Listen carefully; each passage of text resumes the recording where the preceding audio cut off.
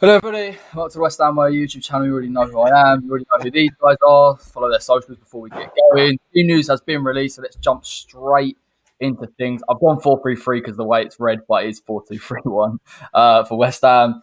Obviously, Dawson comes in for Balbuena, Fredericks comes in for Soufal. Noble's out, that's another one in there. Yarmo's in, Fornals is in, loads of changes, lads. Initial thoughts on that lineup, and do you think that maybe suits us for this game, or would you have had something else in that side?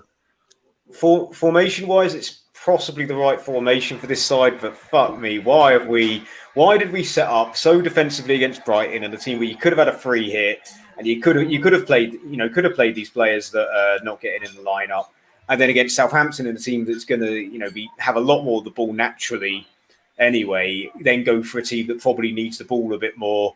And, starting players that haven't played in a long time or haven't played ever.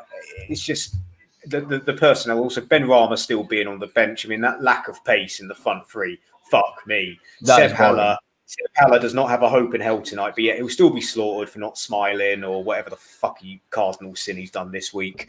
But the fact is that Yarmolenko, Fornals and Haller between them, I mean, I've got more pace possibly than Yarmolenko. I'm just going to put that out there. I think set them all up to bloody fail tonight, in my honest opinion. There's no pace in that attack. The only pacey player is our right wing back, so hopefully there's a bit of an overlap, but I could be wrong. But I'm alarmed and worried. Charles? Yeah, I mean, it isn't a great lineup, but I am excited about the attacking prospects that we've got. Finally, Moyes seems to have gotten back to a little bit more of an attacking side. Lanzini and Yarmo both played well against Brighton, so hopefully that will be good. It's not that funny. Sorry, it's not that funny. Jesus Christ! It's not that, no, I'm laughing at this lineup. Honestly, but yeah, I mean, my biggest pet peeve for this team is the fact that Benrahma isn't starting. I mean, it's so clear that Moyes has a vendetta against him for whatever reason, whether it's to do with contract clauses, whether it's to do with the fact that him and Sullivan didn't like it. He probably spilled his iron brew or something in training, and that's probably what it is. It's weird. Well, who knows? Absolutely bizarre. I mean, the decision he comes on, what was it, 60-odd minutes around for Chelsea, doesn't come on in the last game when we were crying out for him, doesn't play in this game. I'm not really sure what the rationale behind it. Maybe he just doesn't fancy him as a player. Well, yeah, I mean, the proof, yeah, it is harsh, but also I think the proof in knowing that Moyes is just being stubborn for the sake of it is the fact that you look back to the Brighton game when we were 2-1 down. He sends him out to warm up and to get a warm up in and try and get ready to come on to change the game and make attacking plays. That's what he knows he's capable of. Then we get the goal and he doesn't need to come back on again. So I think Moyes knows the ability he has and the impact that he can have on the team, but it's just so frustrating for him as well. Like, from a fan perspective, it's really annoying. But for Benrahma and his development, you want him getting games. I understand that he did this with Bowen and he slowly brought him in and got him a few games. But Benrahma has hardly had a lot of time to make an impact. And a game like this, where the fixtures are coming thick and fast, it would have been a perfect time to incorporate him in this lineup. But overall, I mean, that back four, as Dennis says, is about as slow as anything. And with Southampton and their counter-attacking abilities, we're going to be really up against it. Yeah, I am concerned. Angus, thoughts on the switches out? Anyone we should have brought in?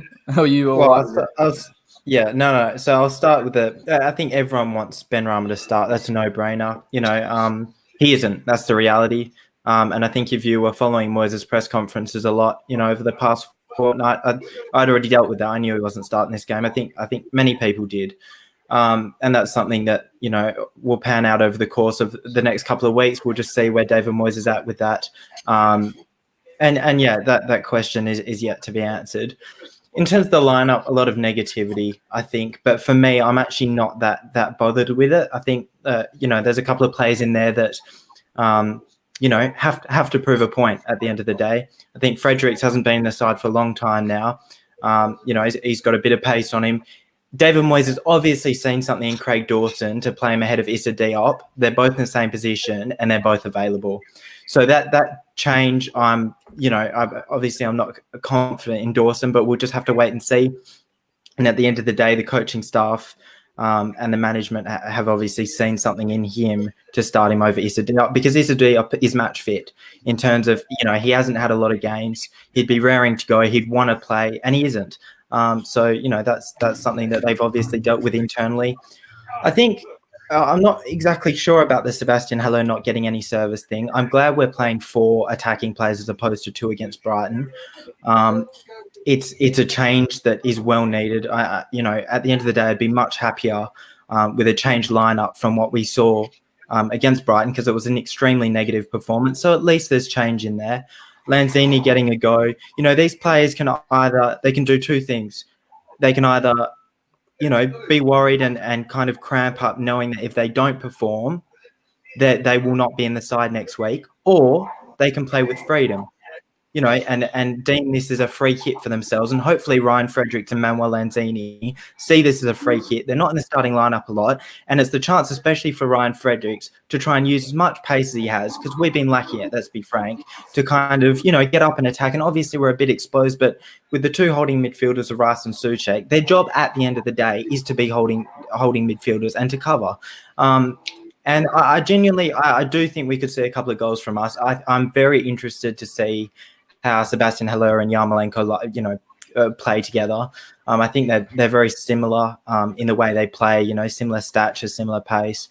But hopefully they can feed off each other. And, it's just, I'm a lot happier, in summary, to see this lineup than for us to have, stuck with 5 at the back and 2 holding it and played 2 up top. Bowen obviously getting a rest. At the end of the day, let's face it, players have to be rested. And again, the Benrahma thing is obviously frustrating.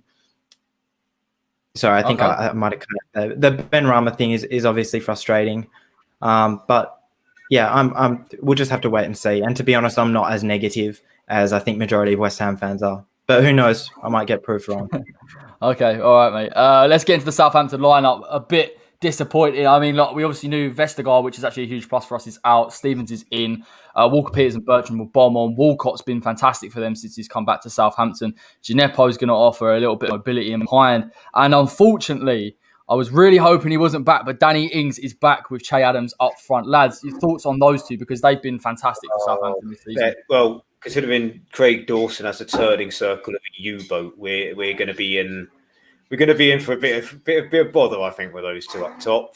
Personally, I mean, Walcott for me is the main danger man for them. He looked very sharp against Fulham last game. Was unlucky not to get on the score sheet.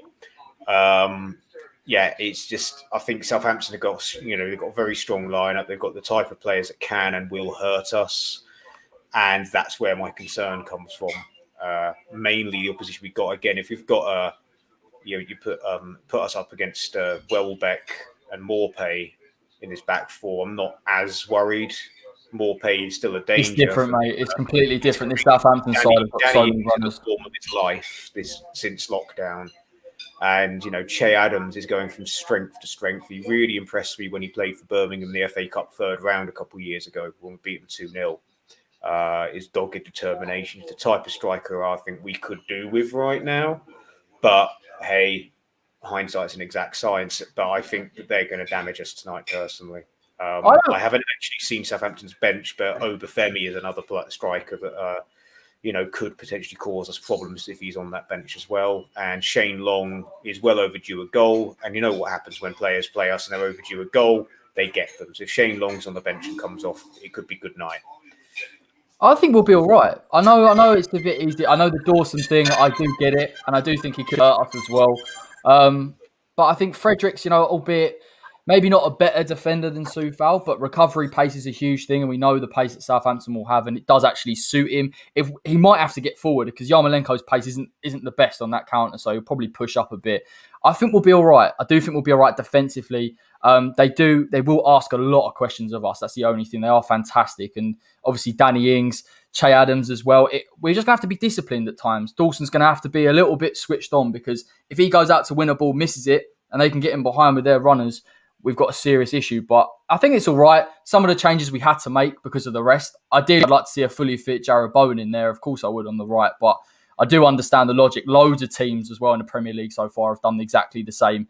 I think if it illustrates maybe anything is I'm not saying our strength in depth, but when we're looking at it and seeing people come in, we're saying we're not at the same level. Whereas other teams, Leicester, I know they're a bit better off than us. When they changed nearly their entire team the other day, there's still options there. So again, might damage us, but I'm just going to be positive, lads. I'm just going to be nice and positive in this game. We could get a result easily. We've just got to be calm and Dawson hopefully pulls up some trees and does a number of things. The thing is, talking about, I think Dennis mentioned that the Brighton game was, in one sense or another, a free hit. To be fair, I think this is a free hit because we're really struggling for confidence. I think it's a game you go into and before the starting lineup gets released, you think we're probably going to lose this one. In terms of this whole settling for a draw bullshit, I would never, ever settle for a draw. I don't care who you're playing, Man City, Liverpool. A point is nothing in the context of the season. And so at least we're showing a bit about us. Going to the Ryan Fredericks thing, an overlapping fullback that could cause a bit of trouble. And in terms of the lack of pace in our team altogether, I think Southampton are a naturally pacey team. So it didn't matter if we put God knows who. When we weren't going to beat them for pace as a squad. That's the reality of it. So we're putting more technical players in, i.e. Yarmolenko, and seeing what we can do with it. To be fair, I don't think Craig Dawson will have to do too much to have a good performance because the amount of shit that he gets from West Ham fans.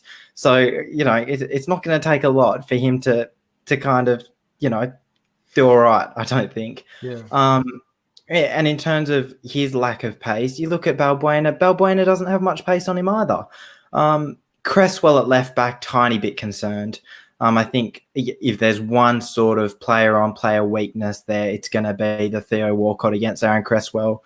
We know Cressar is better in a three at the back role, playing left centre back, and so he's not only is he moving now to left back, which on the cards looks to be a bit of a not as ideal, put it that way. But he's also up against an extremely pacey player.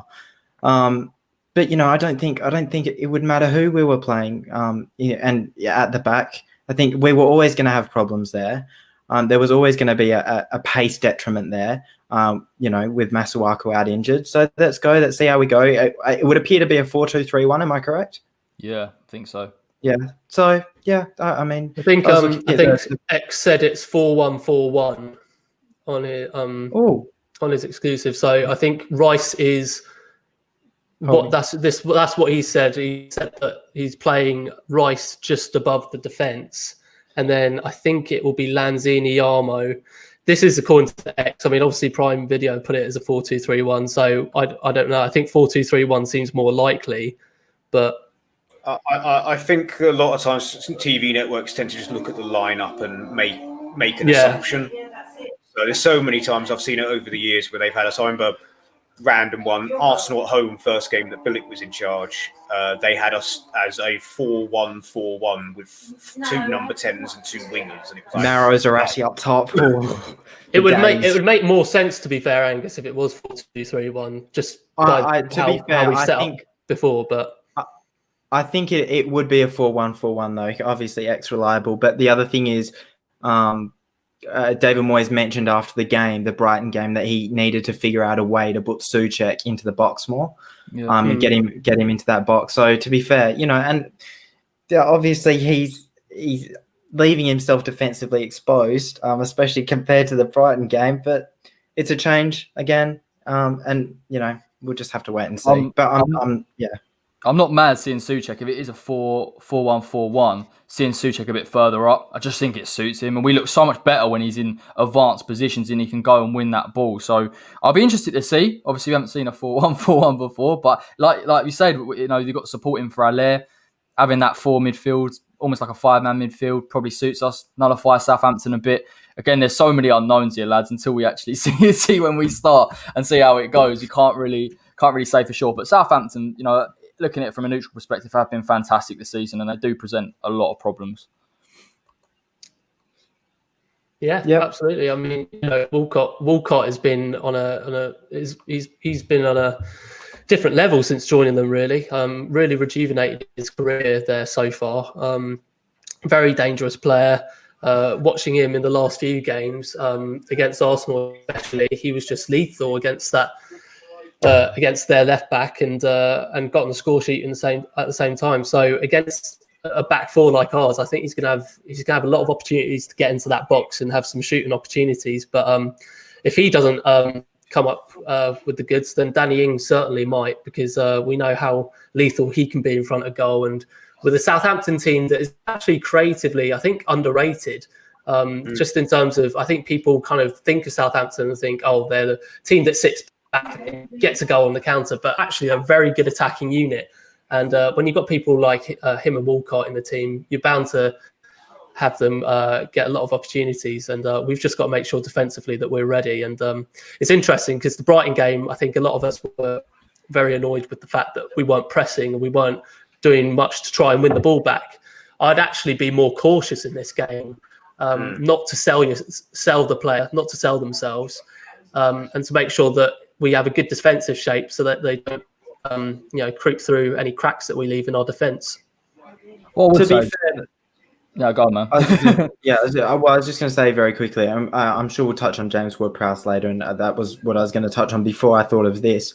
I think another thing is, I think in large aspects, we might just be forced to attack, and we can't sit back and hold for large parts of the game. I think we've been forced probably into dominating the game a tiny bit more, having a bit more possession, because at the end of the day, I think they've figured out now that with the pace that we have in that team, with the exception of Ryan Fredericks, if he overlaps, we won't be doing much in attack if we just sit back the whole time. So maybe the thought is just to try and push Southampton and kind of play the game on our own terms. And obviously be, when it comes to one holding midfielder and the four at the back. I think I might have cut out again. But I would agree with you, to be fair, Angus, if it weren't for the slow defensive back four. I mean, I know Fredericks is an outlier in that, but I think just in terms of, how good Southampton are on the counter attack, and I hope we do go out and dominate the game. I hope we go out there and make sure that we don't give them any time and space and everything like that. But we'll just wait and see, because we know how temperamental Moyes can be. He's set up completely wrong against Brighton, and Lord knows how he's going to set up this game.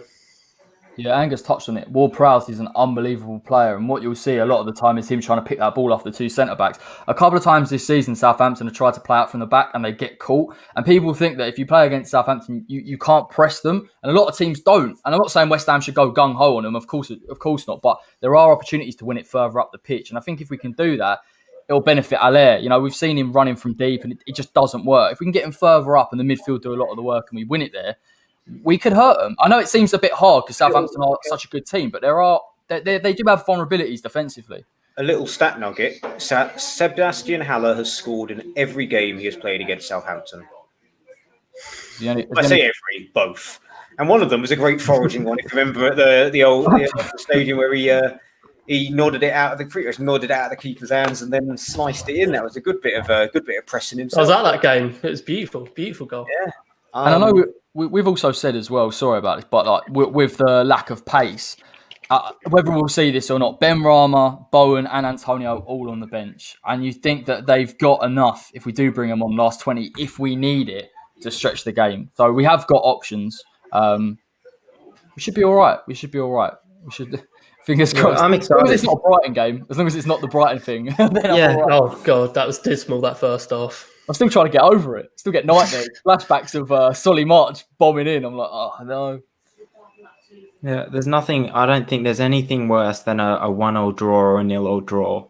I think, or even 2-2. It's you don't really get a good indication of the level that you're at if you're drawing with sides. You're always one goal away from 3 points. And, I think in many aspects, it's a lot better to know your level by getting beat 3-0 and getting smashed around the pitch and you know what changes you have to make. And so my concern was that we went 2-2 against Brighton, and David Moyes, with a bit of complacency, thinks, well, that wasn't that bad, and makes 1 or 2 changes. But he, fair play to him. And to be fair, as I've said numerous times now, it might come back to bite me, but he's made changes. He's on the front foot. It appears that in the game as well, we'll be on the front foot, hopefully. I think even the 4-1-4-1 instead of a 4-2-3-1, I think that does give you all the indication that we will try and dominate a lot more. And obviously, the holding midfielder, as I said, and I think I got cut out when I said this, is that they'll be asked to hold. Deckers will be asked to hold, and that back four, especially on the left hand side, will just stay back the whole time. But you never know with the right. I'd rather Declan just did hold, mate, because I actually think at times when he's been asked to go and press and sit, then people say, "Oh, he's not had a great game," but sometimes he gets asked way too much, and if exactly, and and when you play 2 holding, half the time it's either 2, half the time it's just you don't have enough in attack. So and then people like Rice are desperate to push up and drive the team on. So just having one, it makes it very clear that, that's all the defense that, he's going to be solely the one defending. And Souček is going to be the one allowed to bomb forward. And there has been a bit of discrepancy with that, I think, in the past. A lot of times we've been saying at halftime, we've got to push this one up, or we've got to push the other one up. And it just makes it very clear, I think, for both of them what their roles are. And again, I'm really, really, really excited to see how this pans out, because it's a big change from the Brighton game, and hopefully, at least in performance, a big change on the pitch. But we're not at half-time. Before we get started, everyone that's watching, drop a like now. Before you get into it, just drop it. 5 seconds. See that little thumbs up? Just do it. No playing around tonight. No playing around. We need to get the Shield of Boa thing. Just do it. Drop a like. Oh yeah, 100%, man. Look, come on, West Ham. Should be a good game, actually, to be honest. Oh yeah, I mean, just like Andy said, I don't think it's going to be a boring game. I think it'll be very, very interesting. I think there'll hopefully be a few goals. Hopefully for us. Yeah, with this defense, we could be heading for a disaster on the levels that you need an air crash investigator to come and help us at the end of it, or it could be a defensive masterclass. There's going to be no in between. I can't get used to seeing Craig Dawson in a West Ham shirt, though. That's just such a weird image. I can't believe he's real. I thought we were just dreaming. I'm just getting flashbacks to any time I saw him in match of day highlights for Watford, just fucking up everything, but then scoring a bicycle kick against Leicester. I was about to say, mate, you'll be happy tonight if he scores one of them bicycle kicks. It's like Robbie Keane in a West Ham shirt. It just doesn't feel real. No, it feels very strange. I felt horrible, mate. Ooh. Come on, boys. Here we go. Well, we go. We got the ball. We're now playing head tennis, of course, because and we lost the ball. There we are. So we kept hold of the ball for 2 touches. And look, Walcott's already away. Walcott is already bombing down. Yeah.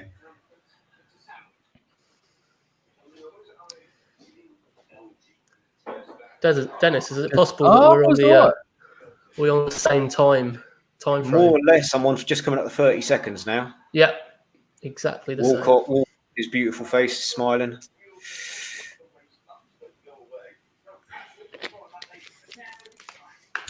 Definitely seem to be pressing a lot more aggressively than we were. Yeah. Yeah, you can see that 4-1-4-1 outline there, the shape of the formation. Oh, so, Dawson's just been nutmeg by Ings. Tonight is going to be a very God, very he's going to get destroyed. Too much. Oh, Fabianski. Oh my God. Did I not tell you? Did I not tell you about Che Adams? Come on. There's a terrible shot. Oh my God. He was just offside, so I think it would have been disallowed. He didn't score. Just let him. Yeah, relax, man. Relax. It's a terrible shot. He had a shot. He's a striker. But equally, they just let him ghost in, and also the fact And Dawson's got he's nothing. offside though. Dennis, he's offside. All part of the plan. Yeah, tell him off. Yeah. Yeah, good job. We'll just hope that he's always offside then. I'd rather play like this though and concede risks and then press as a team than just sit back because I mean that was just he was horrible there. You got to give it a go, like Angus Yeah, said. yeah, of course. I mean, I can't see Moyes. You know, I don't know. Moyes' tactics just completely confuse me sometimes. So we'll see. But we do seem to be pressing more. I'll be honest with you, Charles. I think Moyes' tactics confuse even himself at times. Oh, and Shadams is in again. Oh, He's in. come on. He's onside. Oh no, it was Walcott that time. It was even Walcott, worse. yeah. Oh my god, man. No. I thought it was Che Adams because he's in that left-hand channel. So he's come all the way from the right wing and managed to get in behind Ogbonna. I mean, that's alarming. He's got pace, man. I know he's got pace, but that's alarming. At least he didn't get in a dangerous position.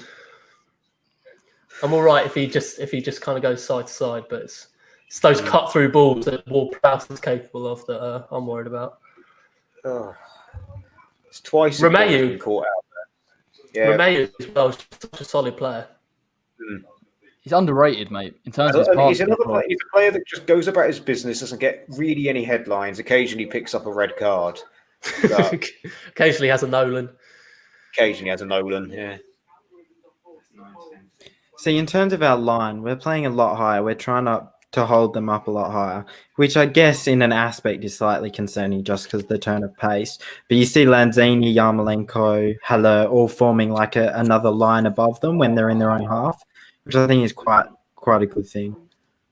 Walcott's getting a lot of space here. Get rid Rice. Yeah. Nice. I'm a little bit ahead of you now, Charles. Yeah, I don't know how that's happened. Oh, deal with it. Good. Well, get rid. That was a foul on Haller, surely. And his arms all over him. Yeah, surely that's a bloody foul. Is it Stevens in instead of Vestergaard? Yeah. Yeah, Vestergaard's out, thankfully. He's a big aerial threat for them. He's got great pass on him as well, Vestergaard. Yeah, mate, he's got such a playing. pass.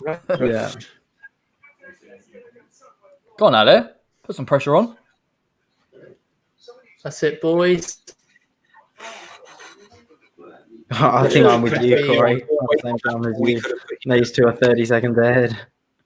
I was 4. I think I'm 4, 5, 6 now. Yeah, I'm 10 seconds ahead of you. Corey. Yeah, exactly the same. Oh no, I'm exactly 420. I'm 420. 420. Yeah, keep pushing the fast forward button thing like I did last time. Walcott is getting way. I suppose he's not hurting us there, but he is getting little pockets.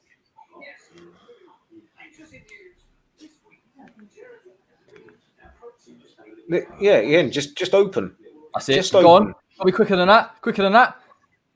Oh, Haller's not only won the ball, he's kept it, Angus. Yeah. Well, I spoke too soon. He couldn't figure out I said anything. He then, I think, ran into his own teammate there, didn't he? Don't know what the hell he was doing there. I had to quickly eat my words.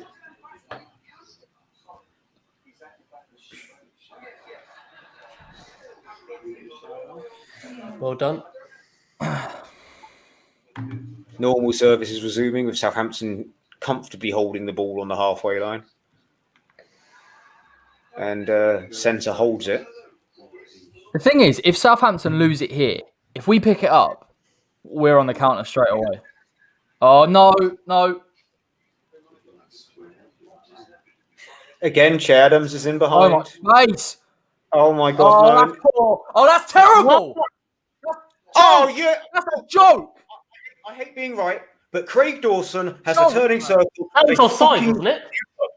That was offside, wasn't it? Absolutely. Saved by the offside flag once again. But I think it was offside. Did I not tell you? Turning circle of a fucking U-boat. He's lucky that Che's offside because I tell you what, Ings has done Dawson there. Yeah, he is offside just. Dawson could not get on the bench for Watford, who got relegated. So when they were in the Championship, he couldn't even get on their God. Why have he dived in there? Because he could have conceded a foul. So I mean, that's slightly worrying. Oh, the offside looks close. Hindman's going to be our fucking man of the match, isn't it? Right, here we go. That was abysmal defending. That was from bad. Dawson. Yeah, it was shocking. Yeah. I hate being right. Come on. Right, it's Craig Dawson, Dennis. No fucking shit. I fucking told you guys. People say, "Oh, we don't know how great Dawson's going to be right," but God, and here I was thinking he was going to get a hat trick tonight. yeah, Honestly. playing as a false 9. Go on, Yarmo. Well done, son. Yeah, opening 6 minutes, I'm not fully confident, especially in that back line. That's it. Win it. Come on. There's a bit of a dogfight on that left wing already, isn't there? Yeah, that's definitely he's played advantage. Go. Go. Use Fredericks. Oh, Yarmo, too long, man. That was a terrible pass from Fredericks. Yarmolenko. Yeah, I waited too long. Fredericks would have been in there. The one avenue we're going to have is Fredericks on the overlap on that right wing. Can't afford to lose it here, man. Overlapping fullback, Fredericks. Cressy.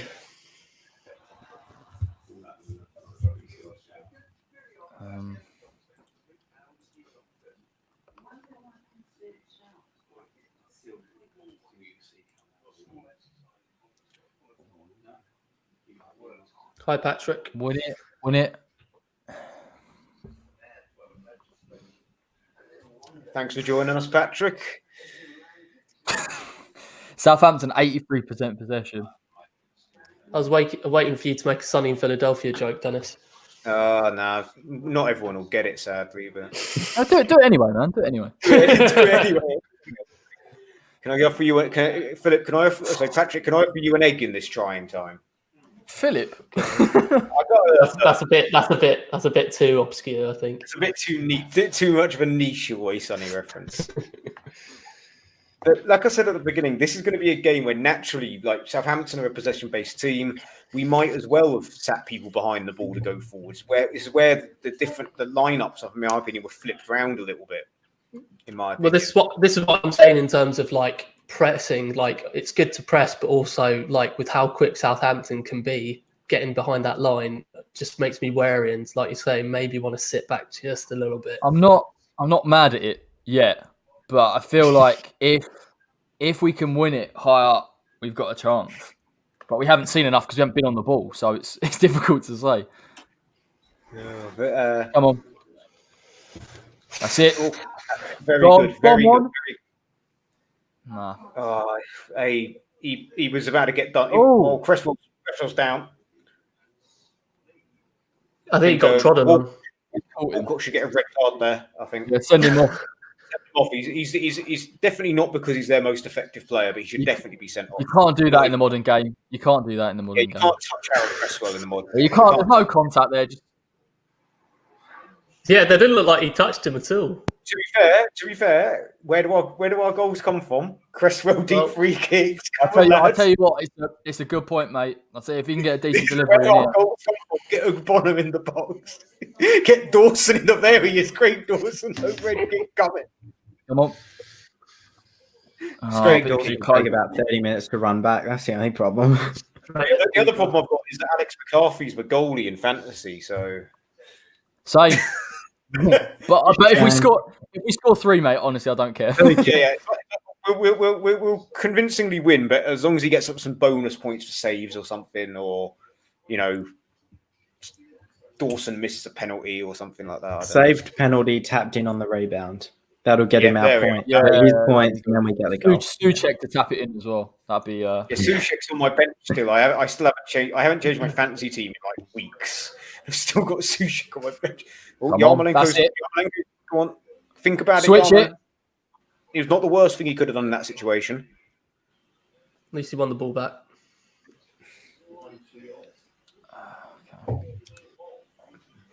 Go on, Declan. Switch this. That's Lovely it. ball. Lovely ball. Now use Fredericks. Use Fredericks. Oh, come on, Lanzini. Manu. Yeah, he didn't look up there. Right. The overlap's a bit obvious. So you've got 2 men back there, so definitely should have gone right rather than the left. Honestly, Cresswell's looking. Here we go. Cresswell's looking so laboured at left back, getting up there. Looks so laboured, just like attacking. Well, he's taken a few knocks in the last couple of games. Maybe he's banged up a little, but Well, that's why Ben Johnson for me could have easily have Ben had a Johnson start. was very harsh to drop. He didn't, although he got on the score sheet. He wasn't excellent against Brighton, but he was. I thought he was all right. I thought he was. Yeah. I thought he had a good game. I thought he did all right. Yeah. Not just the goal. I thought he was quite good as well. Like Yeah, just new solid, position yeah. for him. Yeah. Yeah. Considering considering the rest of the defensive performance, he was probably our best defender. Come on, Yama. Put it in. Yeah. Right. Oh, Good Dawson tackle. was very good tackle there. I have to say, saved it. It's awesome. Coming in like a freight train. You can see him coming from about 5 meters away. You can see the steam coming off of him. Studs up as well. He could have caught someone there. He gives I'm me so much anxiety. I'm really not mad at this Declan Rice in this sitting role. I think it suits him so much. Yeah, but it's decent.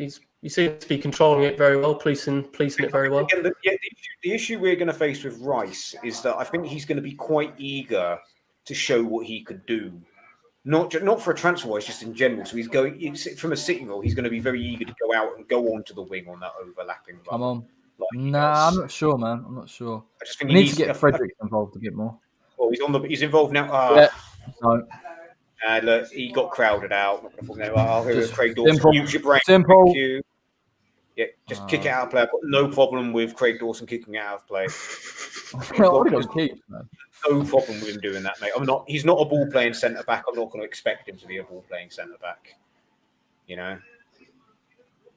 If that was Diop, I'd be a bit. Oh, come on, mate, you're better than that. But Diop would have gone for a diving header and To completely. be fair, Diop would have waited so long to try and look like he was playing it out from the back that he actually would have lost it. So I mean, That's the thing with Craig Dawson. He probably knows where his level is at and where he sits amongst other centre backs at the club. So he'll just be looking at no nonsense. That did not go out of play. That did not go out of play. that's a good tackle. In fact, I think he's giving it to us. I think. I think he gave goal kick, did he? No, corner. He's gone corner now. I'm just happy they haven't got Vestergaard because I swear Vestergaard from a set piece. They've got other problems. Bednarek is no slouch. That did go out on second looking. That did. Yeah, it's close. They've got Bednarek and Ward Prowse is a dead ball specialist. Well, Ward Prowse from free kicks actually scares me. So I'm happy. Gotta watch that Well, he's the best free kick taker in the world. 100%. Can't argue with that. They're He's going to the absolutely best load set up that piece front taker in the world. post. Hang on. Oh, well done, West Ham. Well done. Yarmolenko does enough. Yeah, we prepared for that really well. Go on, Ale. Go on. Never seen him run so much in my life. Good boys. Win that. Lovely stuff. Oh, okay, fair enough. Oh, now Ugbonna has murdered Walcott. Stood on his foot, didn't he? In fairness, that did look a nasty one. Thought it looked all right for me. Yeah, that was pretty bad. Yeah, one of them ones, isn't it? It was pretty bad. Oh, yeah.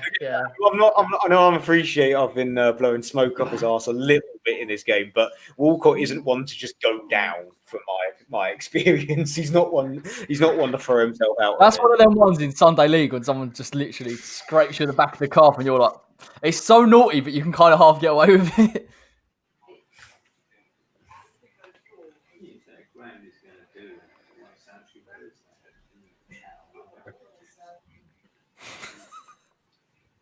I'm all the Paulana Munich Hells today, but I do have Erdinger Donkel in the freezer ready for second half. So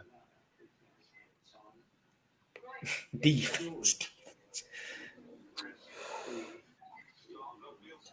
Good header from Dawson. Well done, Dawson. Well done, in mate. the air, Dawson's good. He's good. In He's the all air. right in the air. Yeah, He's all right. it's good.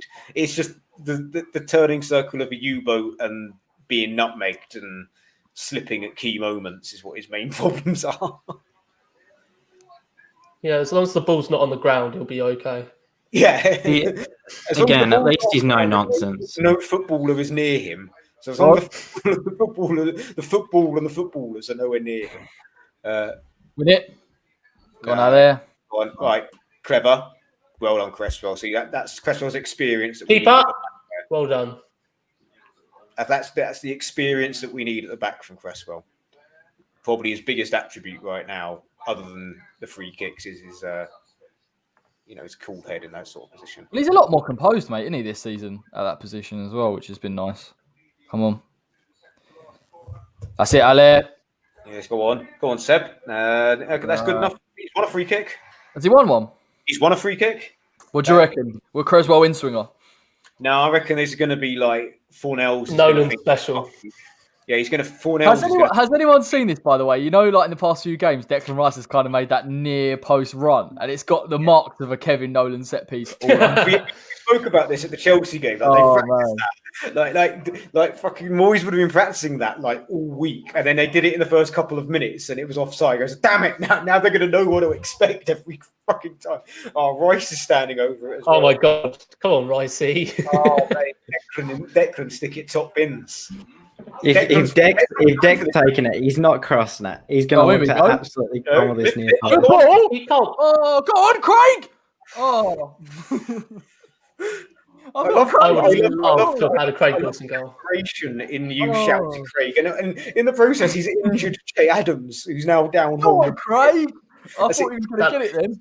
That looked nasty, to be fair. That's going to be it. VAR, red card to Craig Dawson. Yeah, he's probably booted him in the face. He's booted him in the face. Didn't mean the ball was literally there, though. Right, yeah. But, that is nasty. That is nasty. Oh, there's no need for that. Just because that's one way to get rid of the threat, I guess. That's his own way of becoming Premier League what Bolton was signed for. This is get literally the what championship quality off the bench for him to line up against. Perfect. Genius. Unbelievable. Right, Dawson's on the ball now. Good touch, Craig. Go on, bring it out. No, it was not a good pass, though. No, it was a terrible pass. It was Oh my god. Rice had to come back on. No, Get rid of it! Oh! Fucking Oh, what are you doing? What are you doing, Dawson? Oh, come on, win that.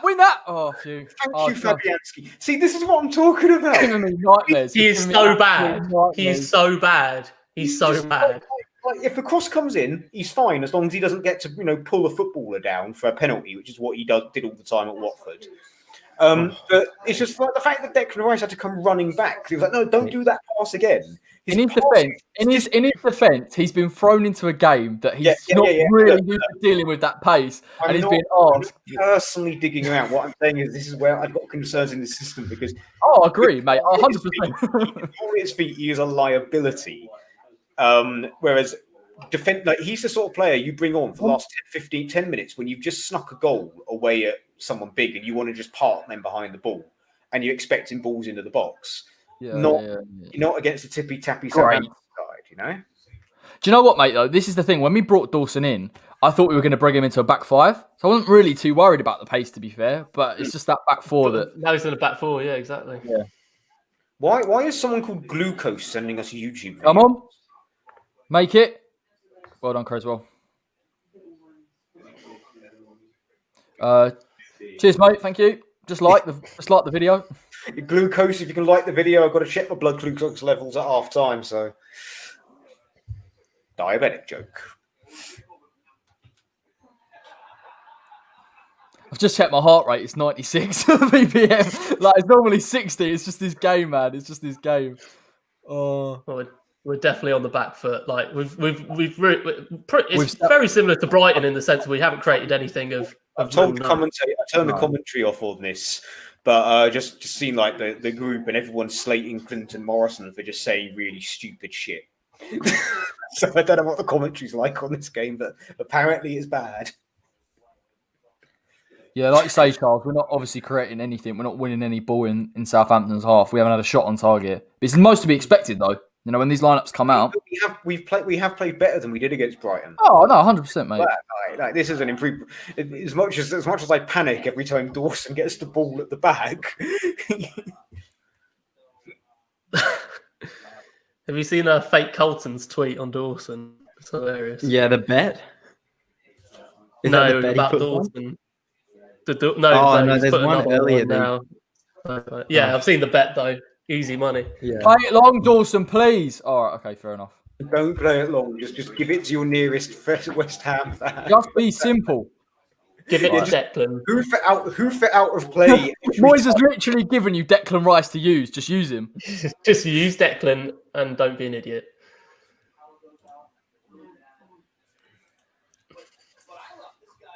Haller is so isolated at the moment, even with those 4 up top.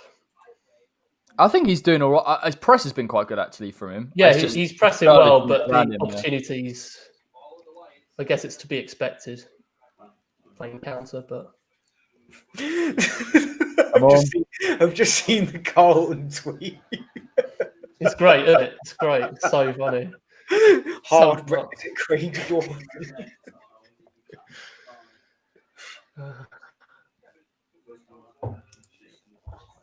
Go on, pressure.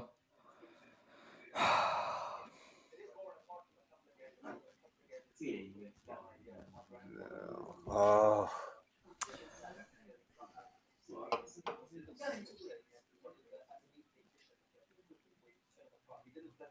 Look at Declan. That's it, Declan. Win that ball. Oh, come on, Yarma. Switch on. That's so annoying. That is really annoying. Would have been on the break there. I think they only had like 3 Yeah, defenders. exactly, mate. That's what we need in this game. It's a quick transition. Look at Bertrand. Win that. Well done, Dawson. Yes, Dorsey. Free kick as well. Oh, my God. Yeah, take that, mate.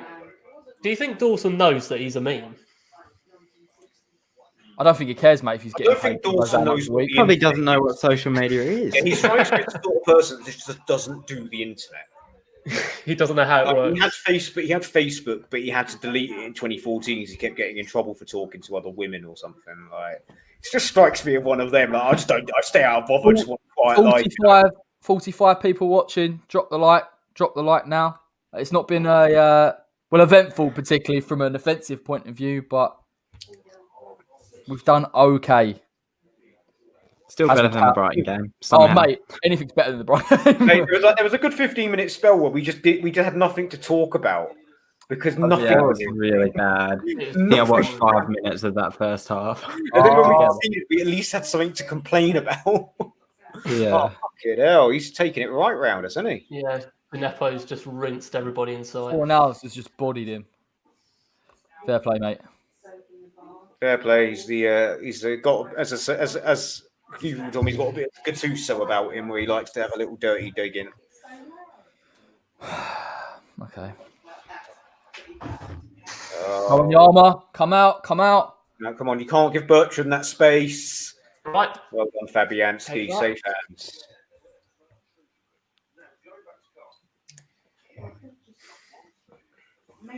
You can't let Ryan Bertrand have that space down the wing.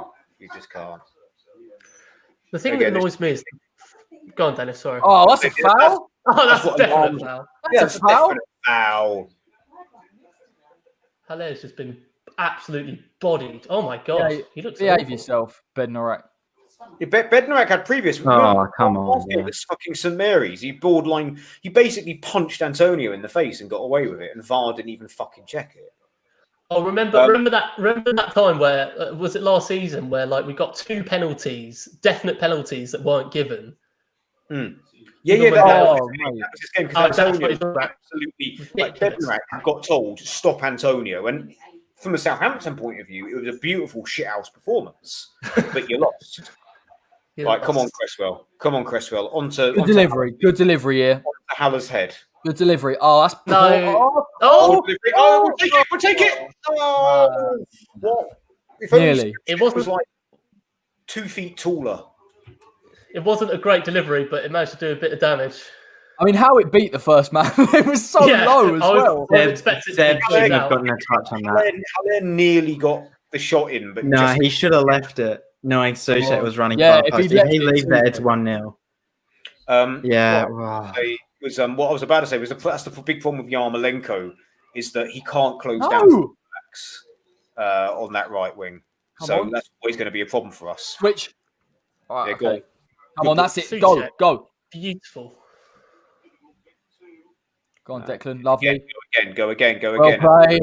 Yeah, that's it. Take Come that. on, that's a bit better. Well done, Get well done. runners. Keep it in play. Good lad. Oh, come on. Oh, don't put Yarmo at right back. This is what we're going to get with Yarmo, though, isn't it? That's what we're going to get, unfortunately. There's no... Yarmolenko to Dawson is the one pass I don't want. I don't want to see it. Just don't want to see it. I mean, Dawson passing it to anyone, at least there's a 25% chance it goes to a West Ham player. I agree, You've got to go 5 Lancey. minutes. You can't go 5 touches without giving the ball away. I We don't haven't think got- any team can go 5 minutes without giving away the ball, to be fair. We can't even get the ball, let alone give it away. It's good for Barcelona, let alone West Ham. But 5 touches, ball retention has been our biggest problem under Moyes. But, that's the way we've been set up to play, and sometimes it has worked. I've just seen a tweet, and I actually agree with it. And it's the fact that Dawson is actually our man of the match at the moment, just in terms of how Bill much West possession he's had. Oh, I don't know. I know Bill put something up about him being man of the match or something. He's been the most involved, that's for sure. He's more or less done everything that he's needed to. If Ings had scored, He's kicked a player in the head. He's given away a goal. Exactly, give him man of the match. He's done everything except for give away a penalty or handball it. Nearly gave up a goal, but it was offside. He knew it was offside. Perfect. I feel like he adds more entertainment to this game. Not in a good way. But It's how it must have felt with watching replica play. It was like, well, so when's he going to get sent off? Only a matter of time. In other news, Sam Ingersoll's last game covering West Ham. That's a bit of a shame. It's been good for us. Yeah. What was that, Angus? Sorry, you cut out for me. Sam Ingersoll's no longer going to be. Win it. Yeah, Go. No.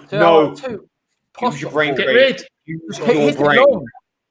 Like Craig Dawson is the I've just on a different WhatsApp group saying he's the reincarnation of Titus Bramble.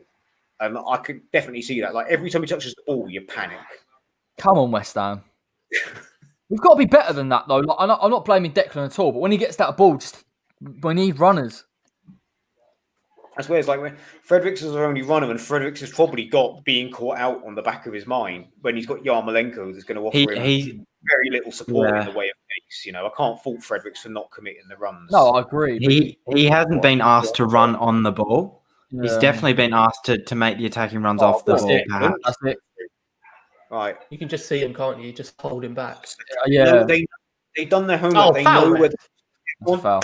Right. While they're doing that, I'm going to run and get the other beer. Go on then. Bye, mate.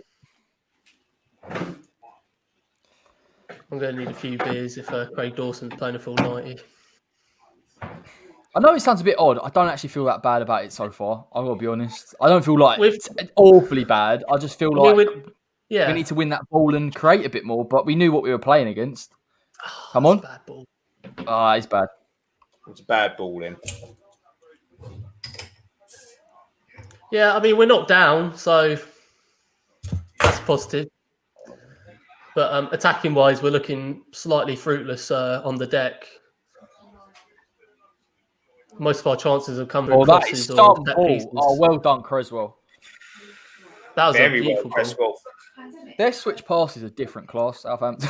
When they hit them, you're like, Well, Hassenhutl was available when we went for Pellegrini, but anyone outside of Football Manager or Germany have probably heard of him. But it's another very shrewd appointment by Southampton. They've had a couple of blips with Hughes and. But the thing is with Hassenhutl as well, mate. He had a few shockers, but they've backed him now, and the team are working for it. Well, if you think about it, most teams at 9 after losing that 9-0 game probably would have packed him in. Yeah. And it could be argued that Southampton shouldn't really got rid of Claude Puel. They got sacked for only finishing 9th. Yeah, he's another one. Not an improvement. But Claude Puel did fuck all. I say not Southampton done fuck all since they've had Coman in charge. Really. Good ball, Declan. That's a good ball. That is one switch. Oh, tough. Go on, Craig. Get out there. Nice. Go on, Yama. Use something. Take him on. Use him. Go on. No. Nah, Bednarek's got that all day. Go on, Ale. Yeah. Stevens. Oh, look, they lost it there. Get out. We're in their final third, lads. Here we go. We'll take that.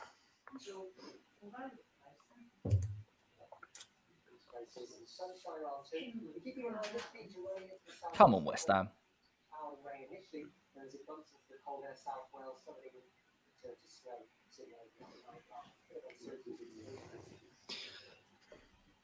Oh, back to the defence. And again, that's the West Ham way, being in an attacking position. Then But I think going they know they know the threat of Southampton, don't they? They've obviously Moyes had sat there and gone, "Don't make any stupid decisions."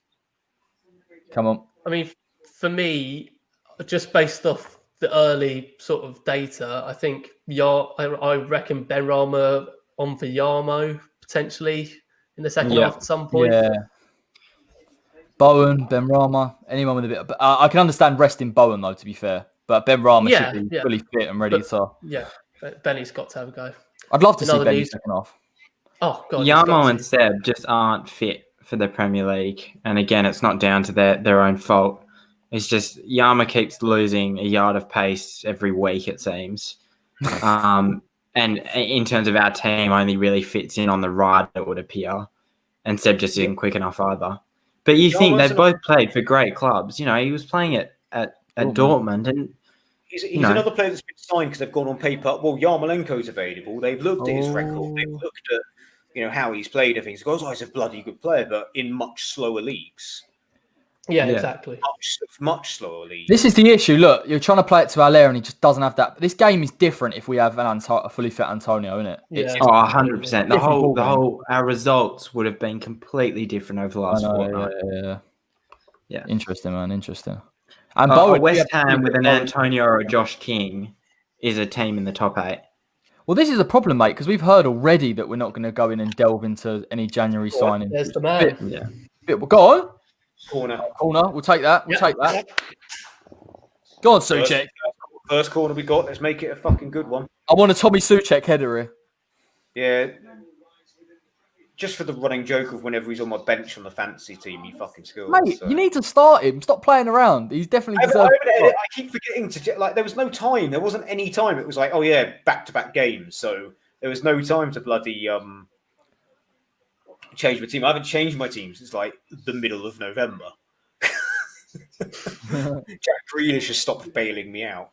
Here we go. I thought you said Jack Wilshere there for a second. I was like, yeah, you want to get rid of him, mate. Definitely want to get rid of him. That's going to be keeper. Foul on the keeper. It's a pretty very blatant foul.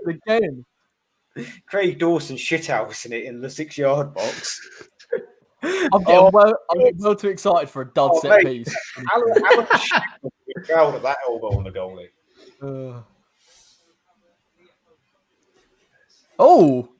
Keeper's actually probably done quite well there, to be honest. Yeah, he has. It doesn't look as blatant a foul as it did originally, but the keeper has done very well getting to that. Alex McCarthy's another keeper we missed out on. We were heavily linked with him in 2013. A lot of space there. Would have been a very wise investment for us. But quite a few keepers, actually. I think that's a good tackle, Creswell.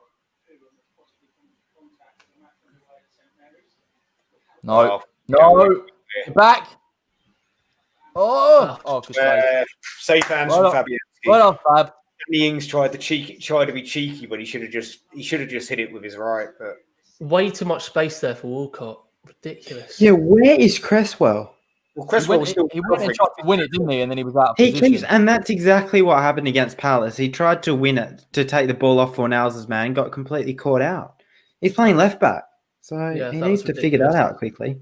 The thing is, Creswell has got enough bodies in front of him to not have to go and try and win it there. So yeah, but Walcott could have had so much more time on the ball there. Nearly. Yeah. Great save, Fabianski, for the record. Yeah, even if it was offside, it was just a decent save to make. Puts you at ease. Okay. One attempt, none on target. Southampton to have 2 goals disallowed because you know that third is going to be allowed. No surprises there with the attempts statistics. Craig Dawson's been our main goal threat now. Walcott again just skipping through. Cresswell is out of position. He's struggling with that. Ings was putting the ball in rather than in the box, and Bonner dealt with it, thankfully. But Walcott, Cresswell looks all out sorts at the moment with Walcott. You can't deal with him. Walcott is probably playing better now than he was when he was a fucking 19 at Arsenal. Yeah, I think Rice Cress has done keeps with on having it. to cover. He's playing in a team that finally plays to his strengths. He's not being asked to do something that is not his game. And all of a sudden, Yeah, he's just a exactly. different player. Yeah. It's just that pace, he's always maintained that pace. That's his one massive, massive skill. And he's playing in a team that likes to counter a lot, no surprises there. To the box. Oh, what are you that's right. doing, Yarmo? Okay. Look at this. Nothing happening in the first half as usual. Yeah, it might change, mate. It might change. You never know. It will change when they score. When they score, Moyes will be like, "Oh, we've actually got to do something now." They'll score just before half time. Then David Moyes will try and make 4 substitutions. Honestly, It's the same with like a Dan James, Theo Walcott and Dan James. As soon as Dan James will never, ever fit in at Manchester United, but as soon as he goes to a bottom 10 team, he would be one of the stars of the Premier League. Because it's just the counter, it's like the sit Zaha, back and Zaha counter. as well. Yeah, exactly. Yeah. God, 3-0 lead. 3-0 lead Leeds are battering Big Sam. Sorry, Big Sam. It's so funny. I don't know if you've been seeing on Twitter, I've been spammed with so much like West Brom positivity on their Twitter. And I think that's all going to disappear after tonight. Oh, no! After 1-0. Oh, Bonner. Oh, Nearly, my God. He did so. offside, of course. How are you offside? That was so bad from Yarmo. But he's not smiling while he's offside. I wonder if Lee Clayton will tweet about it. Not him, it's just Allaire. No. It's just the Allaire agenda, mate. It's just the Allaire agenda for not smiling when he's caught offside or whatever his issue is. I don't know. I would take Yarmo off at half time, to be honest. Yeah. This is not the game for Yarmolenko. This is the thing, right? It just isn't the game at all. Like it's not even. I would take Fornells and Yarmolenko off and bring on Bowen and Benrahma. Yeah, I don't mind the 4 now. Oh yeah, okay. So Benrahma, Bowen. Either that, or you got to play Benrahma. You can play Benrahma wide, right? I guess cut inside, but that's what should happen. But he's going to bring on Noble and get him to play right wing. Bring a Noble on for Lanzini and play him as a 10. Go on. No, he hasn't got it. He hasn't got it at all. Come on. Go on, Yarma, do something. Oh, that was good. Oh, that's a booking. That's a booking. We'll have that. Yeah, we'll take that. We'll take that. That is a fucking there we are. He had foot in there. That Settle was down, Ryan. Settle down. He knew exactly what he was doing. But it's one of those things where you've got to do it because Yarmolenko is through there if he doesn't do that. So sometimes you've got to do those things. Just glad it's them that did it, not us. That's all. Come on, Cresswell. I've tried to fast forward my stream and have managed to go even further back. Mine keeps on skipping. You get to see Yarmo absolutely do Ryan Bertrand. Yeah. The one time in this game. Angus, it's only fair, mate. You're normally ahead of us anyway. So. You're queuing up on the edge of the area. Queuing up on the edge of the area. Come on, Creswell. Oh no! Oh no! Go on. What the fuck was that? Oh, for God's sake! No, for God's sake! Why? That was so dead. That was really bad. Why do we keep on doing short stuff? You know what I mean? Like, what are we? If you're gonna do it, at least can't hit it back. Shot like against Man United a couple of years back, right? But what's the logic? World's worst. No, that was Cress's. Cress played that ball extremely poorly to Yarmolenko. But equally, Yarmolenko, I thought he was going to go for a shot, and he went for this pass. Yeah, he was, but he couldn't. He got forced onto it. Yeah, the ball was played too past him. Like there was no West Ham players in that corridor that he was passing. Oh my God! That is embarrassing. No. The one thing that we should have learned from the Brighton game is that short corners and short kicks. That's it. Finally. Oh. No. It's okay. He's got it. One. Oh, it's never not from there. It's offside. No. Well done, Frederick. Angus's dream of a Fredericks goal there. Maybe for starting up. That was good. That was better. Yeah, it was better. I mean, Fornells is never going to score a from there. Oh, you missed a sitter. That is not good. He hasn't got a lot of momentum behind that. He should have got, so he should have taken the ball and gone near post with it. He would have got a lot more momentum on it like that. I thought it was offside. It wasn't offside, was it? It was on. I thought it was, yeah, but I don't think it was. Oh, okay. That's a little bit poor. Oh, 4-0 leads? Yep, 4-0 leads. What the hell is going on? Leeds United are going back to Europe. That's all I'm saying. Big Sam made a deal with the devil to get a point against Anfield, and in return, we salute him for that equaliser. I bet Leeds can't believe their luck. Like, I bet they just press him and West Brom ain't coming back at all. They're like, really? We just throw people forward? Yeah, don't worry about it. Who knows? You attack Sam Allardyce, they crumble. Well, they did against Aston Villa. Come on. That was good from Crest cutting the passing lane. We've ended up with the ball in their half. It's when he does that and then gets caught out because he doesn't get the ball. That's the problem. Oh, Walcott picking up those positions. Again, yeah. That's a foul. That's a free kick. That's not there, man. Against Ward-Prowse. Is it central? Yeah, really central, mate. Where's his God. Ward-Prowse. It's like the perfect Ward-Prowse position. Oh, no, it's really bad. Oh, that is very close. Look who it isn't. Dawson. It's just clumsy. It's clumsy. Motherfucking Dawson. It's just clumsy. Honestly, man. It's almost, with Ward-Prowse, it's almost like you expect him to score now. Well, he's in my fantasy team. He's in my fantasy team, so, you know. No, there are no positives for James Ward-Prowse scoring a goal here. Well, it vindicates my vendetta against Dawson. I mean, let's be honest. Jokes aside, Dawson has been atrocious technically speaking. Yeah. He has been atrocious. Well, he's been good in the area, so why don't we just play him up front? Number 9, there you go. False 9. Dawson is a false 9. Ian Pearce 2.0. Oh, God. The problem is, this range is absolutely look at the ball. Oh, God, he's scoring this. He's so scoring this.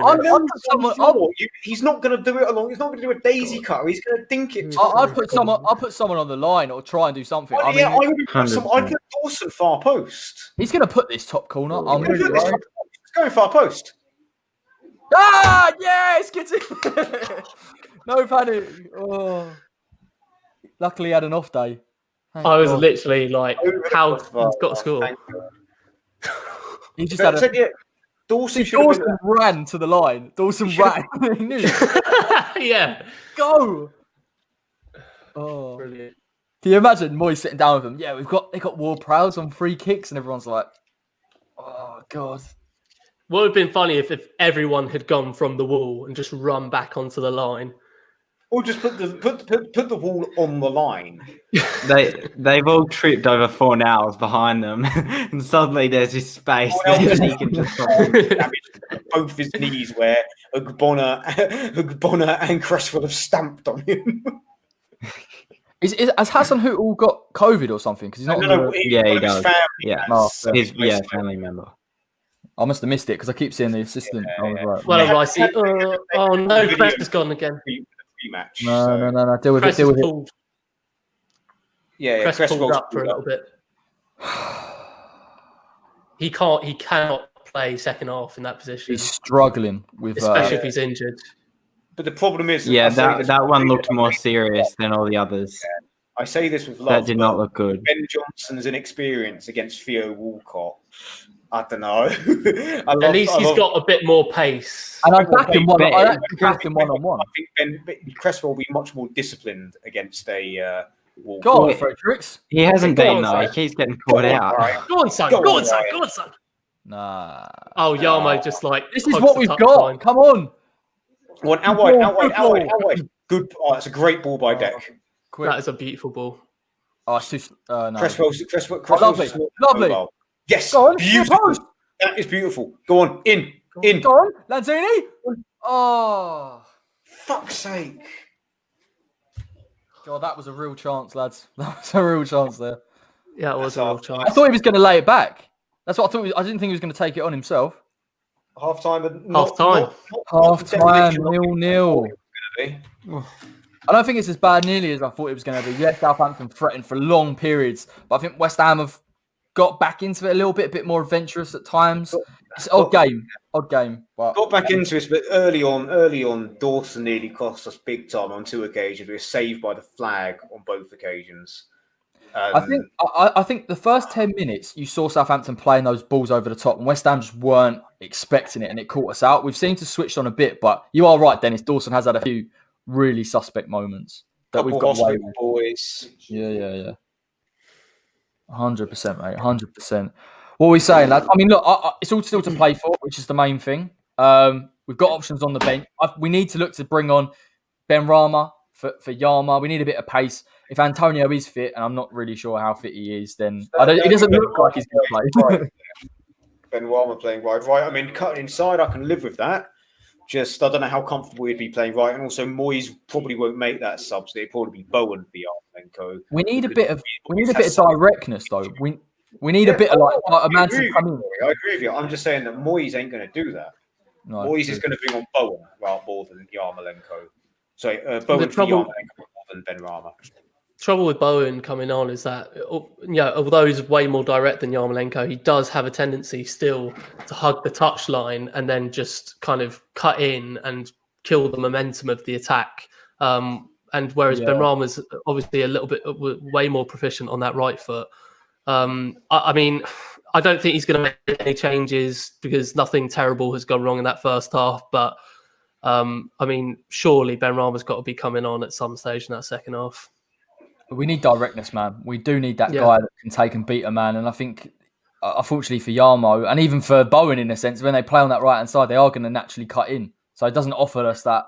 And it actually suits Southampton massively, us cutting in all the time. So we need a bit of pace, bit of directness. Come on, West Ham.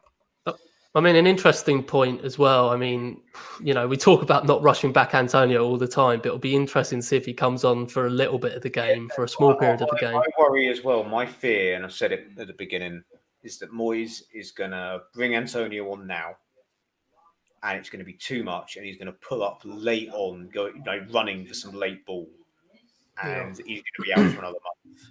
I don't think he's got any intention of bringing him on. I think he won't get close. Just from that, I can tell he's sitting on the sideline with a hot water bottle, looking like he ain't. He looks like that guy that we'll bring on if we really, really need it in the last 5. But I can't. No. But the question is,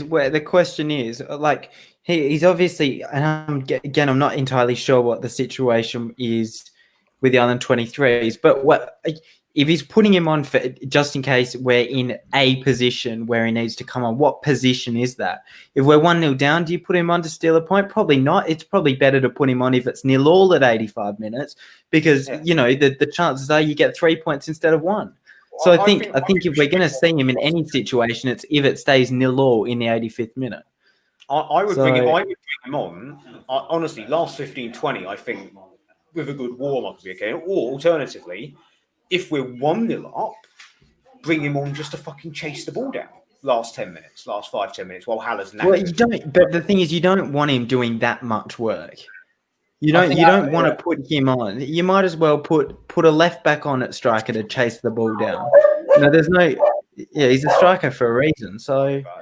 I think Angus is right. I don't think if we see him, we'll only see him for a very short period of time in very certain circumstances. Because he just everything that screams, particularly when we've heard that he's fit or he's training, he still hasn't even got anywhere near coming on. So he's definitely saving him. And like we've said, quite rightly, because risking Antonio and losing him for a period of games.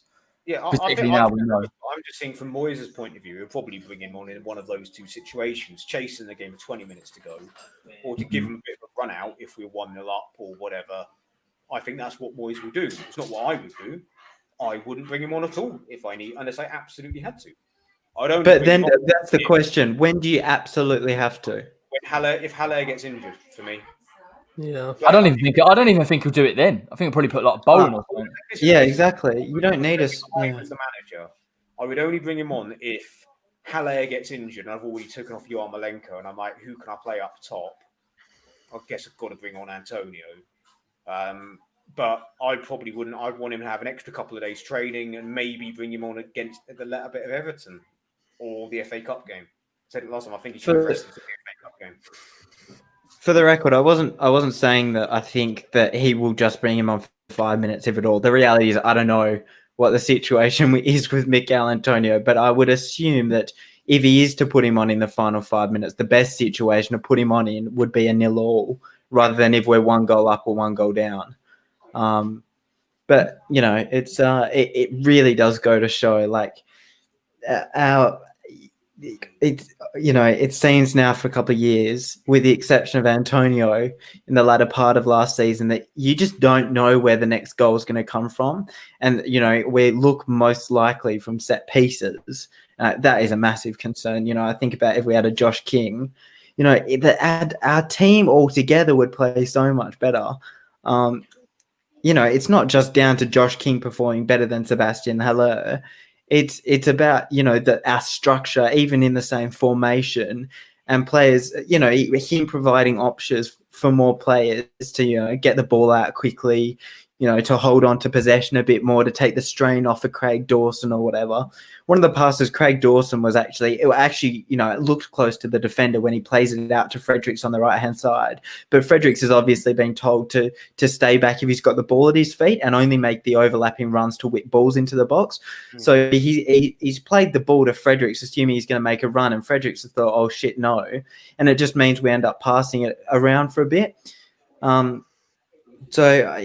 mean, Craig Dawson obviously has been left exposed a couple of times. But to be fair, I think we've seen glimpses of him doing not too badly. I mean, at the end of the day, as I've said, he knows where his level's at. He knows he isn't a world beater. So, and as compared to maybe an Issa Diop, he knows when he gets the ball, in that box, just to absolutely try and whip the hell out of it. And his passes maybe a bit outside the box when he thinks he's got cover.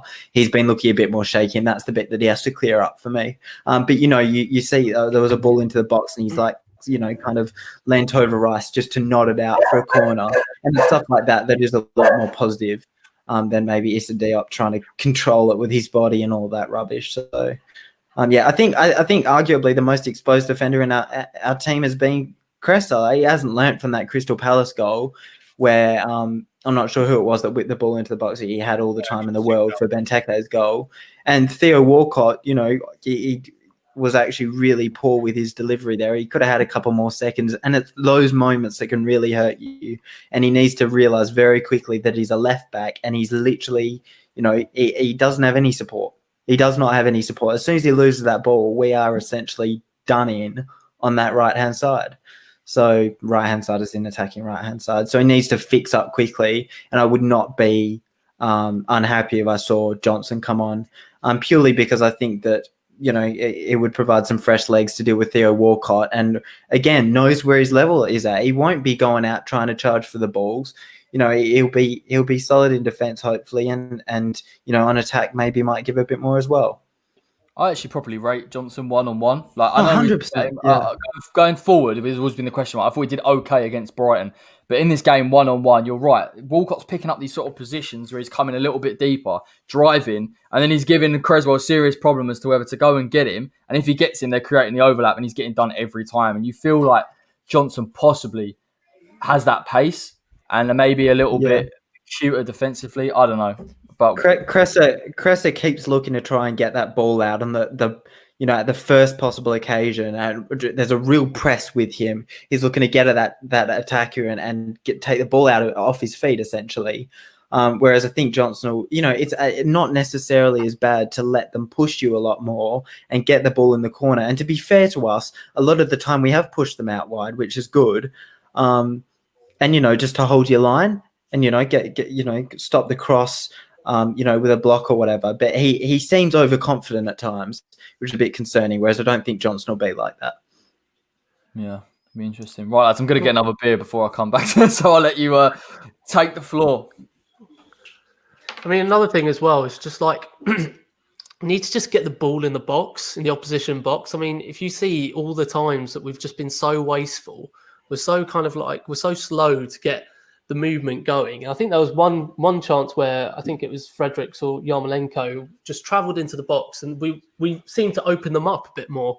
And that Lanzini chance at the end, again, getting the ball in the box, and we're creating chances for ourselves. So I think it's annoying because I've just seen the highlights on Amazon, and we just look so timid when we go into attack. We just don't look like we want to score, and that's why I think like a player like Benrahma would definitely be more direct and create more chances for us.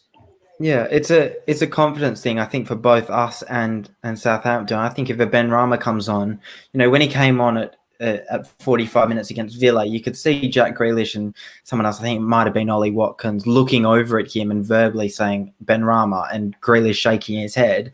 And it gives Southampton, they will know that they've got a bit more to deal with. And for us, it means that hopefully it gives our players confidence. Whereas it seems with Seb up top and Yama obviously on the right, but mostly Seb, you can kind of see the players not really knowing what to do. Benrahma is, I think, the most obvious choice ever to both start the game and now come on. If we're everyone but the one person, but Moyes.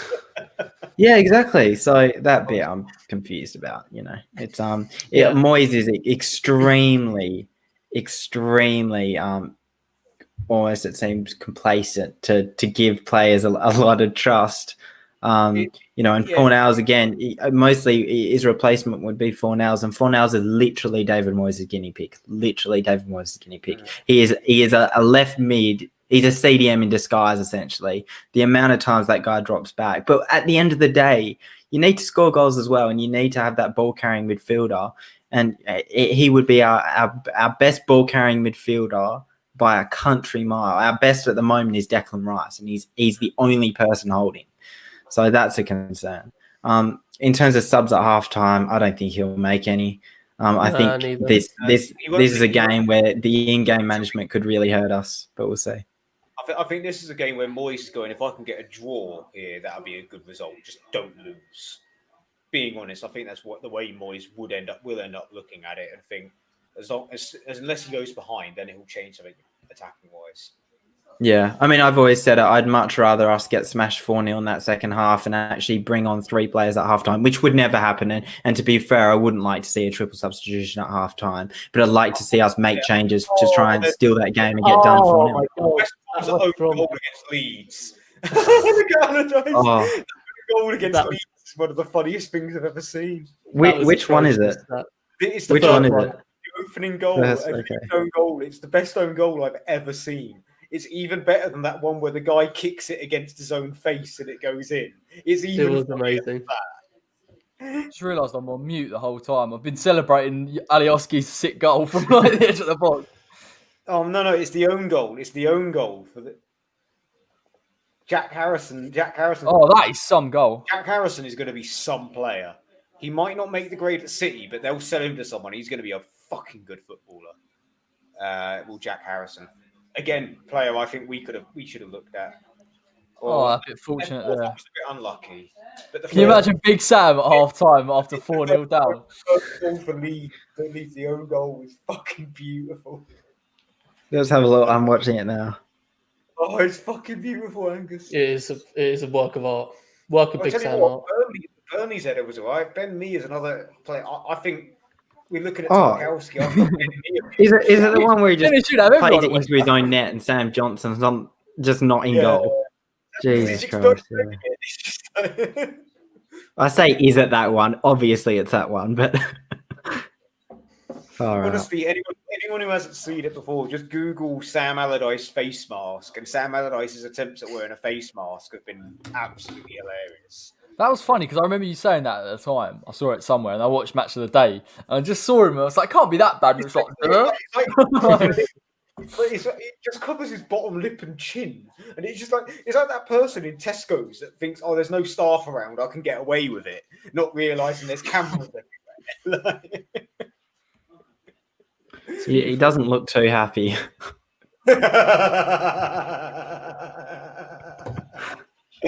Oh, I do love shithouse Sam. Never mind, Sam. Cheer up, Sam Allardyce. It's not that bad. Look at that one. That's the best one yet. With the face mask. Yeah, it's amazing. 4-0 down. The bottom of his mouth. It's amazing. He just doesn't care.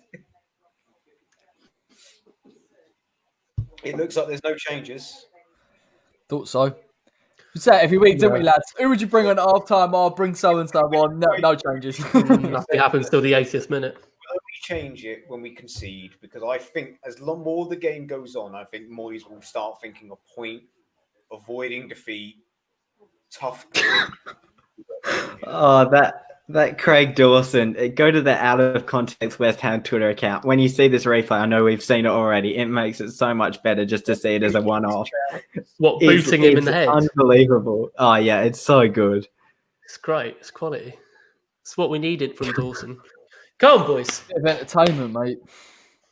I won't show it on stream because I don't want to get done for copyright. Obviously, Corey wouldn't be too happy with us.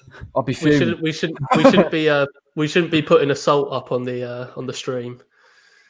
Yeah.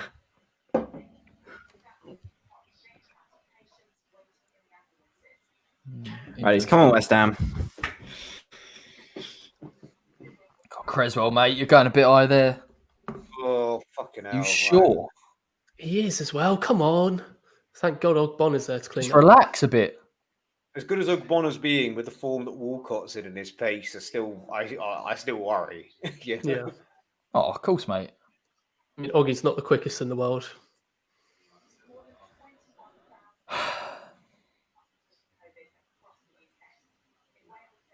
Chris having a bit of a joke.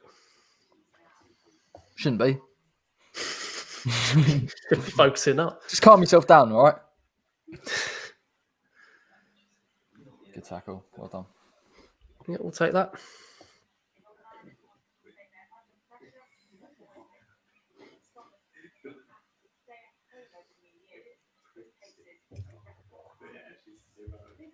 Win it. Oh.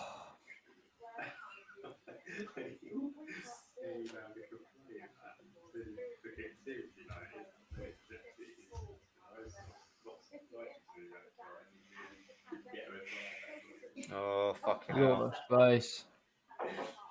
Just relax. Soucek did very well there. Yeah.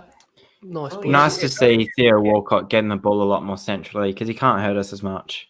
It seems like Walker Peters, seems to be pushing up a bit. That's the thing, right? They've probably gone in at half time and Ralph has said, you know what? They're not providing any sort of threat as such. And Kyle Walker Peters, you just push up as much as you want, knowing that your pace will get you back perfectly in time for any sort of West Ham counter. And so now that it almost seems like they're playing 4 up top at times with Walcott, Danny Ings, and Che all there, and then Walker Peters on the right. So push our fullbacks further back. That's pretty much what they're planning on doing. But we have no real pace. If we lump the ball forward, we haven't really got any pace to hurt them with. Look at that. Look how much space Walker Peters has got. We've got to win that. Well done. Oh, Ricey. Go! Go on. Nice. Oh, he's never getting that. He's never getting it. He's never getting that, but he's trying, and he does sort of almost gets it. He sort of almost nearly gets it in the end, you know. Oh, no, it's not his fault. It's just. I mean, one thing you've got to say from these last few games is that. Oh, go on, lads. Go on. Oh, nice. Simple. Good balling. Oh, what are you doing? He took one. Yarma! Too many did Yarma. Oh. He got happy. Now, he got happy. Oh, happy right, feet. we'll have to recycle it now. He got happy feet. What I was going to say was that Ales's work rate has been really good. The last few games. I agree, Charles. Go on, Yarma. It's just his pace is a joke. Go on. Yeah. Go on. Oh, Go on! Come on. No. There'd be a handball I shout. thought Fredericks was offside as well. Dawson. Lovely. We love it. He looks so uncomfortable. Taken down off the ball. This is better. Go on, Alex. Get in the box. Get in the box. Get in the box. Go on, shoot. Go on, Soucek. Get a shot off someone. Oh, that was just fucking terrible. Oh, come no. You know the bit between us. Will goes, well, that was fucking dreadful. He was talking about that pass from Haller right there. That was fucking dreadful. It's bad. Well, we're pressing more positive. I was going back to the work rate thing with Seb. Can you imagine if he was quick and he was putting in this much work? Oh, Like his presses would be 200 times more efficient, and it'd just be, and that's why Mickey's so good. It's just a shame that he has to do that to be anywhere near a good striker because of his lack of pace. What it comes down to, again, similar with Yarmolenko, is just lack of scouting, signing players without really knowing what they bring and then wondering why it doesn't work. I guarantee you they were brought in thinking that they were going to be a bit more mobile with how we set up. Surely we can't be that naive to just sign players and go, there you are, find a system that makes it work. So come on. How much of that is down to the board? How much of that was down to Julio's old director of football?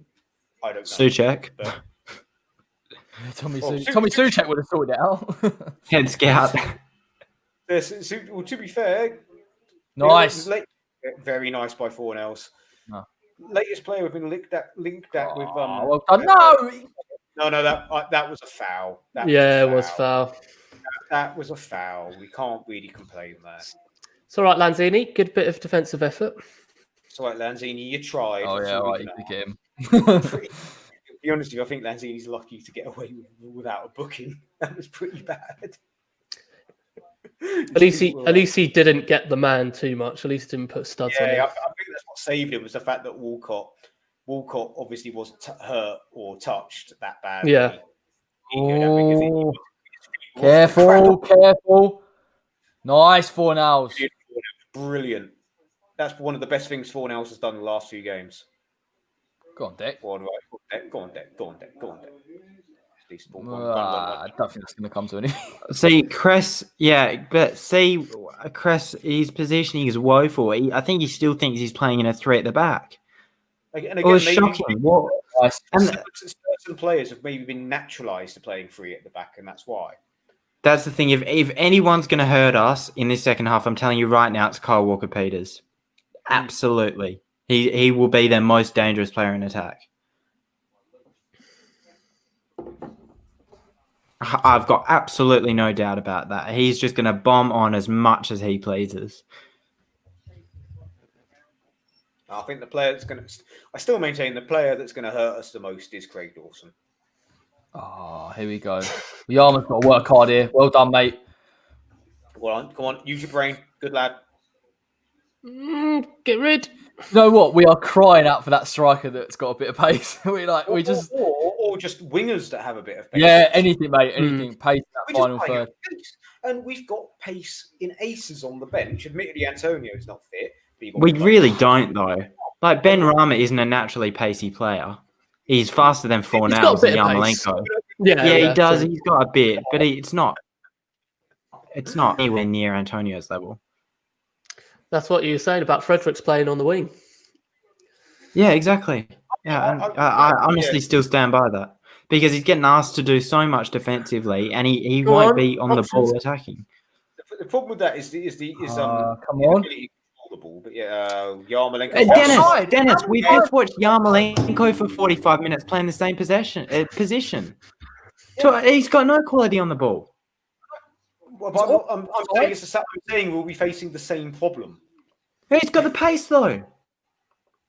What use is pace if you get the ball, you still knock it out or knock it to the nearest opposition player? No, he's not doing that. Professional footballer at the end of the day.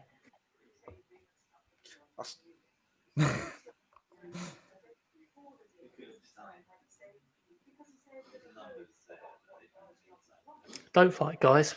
Yeah. Oh, sorry.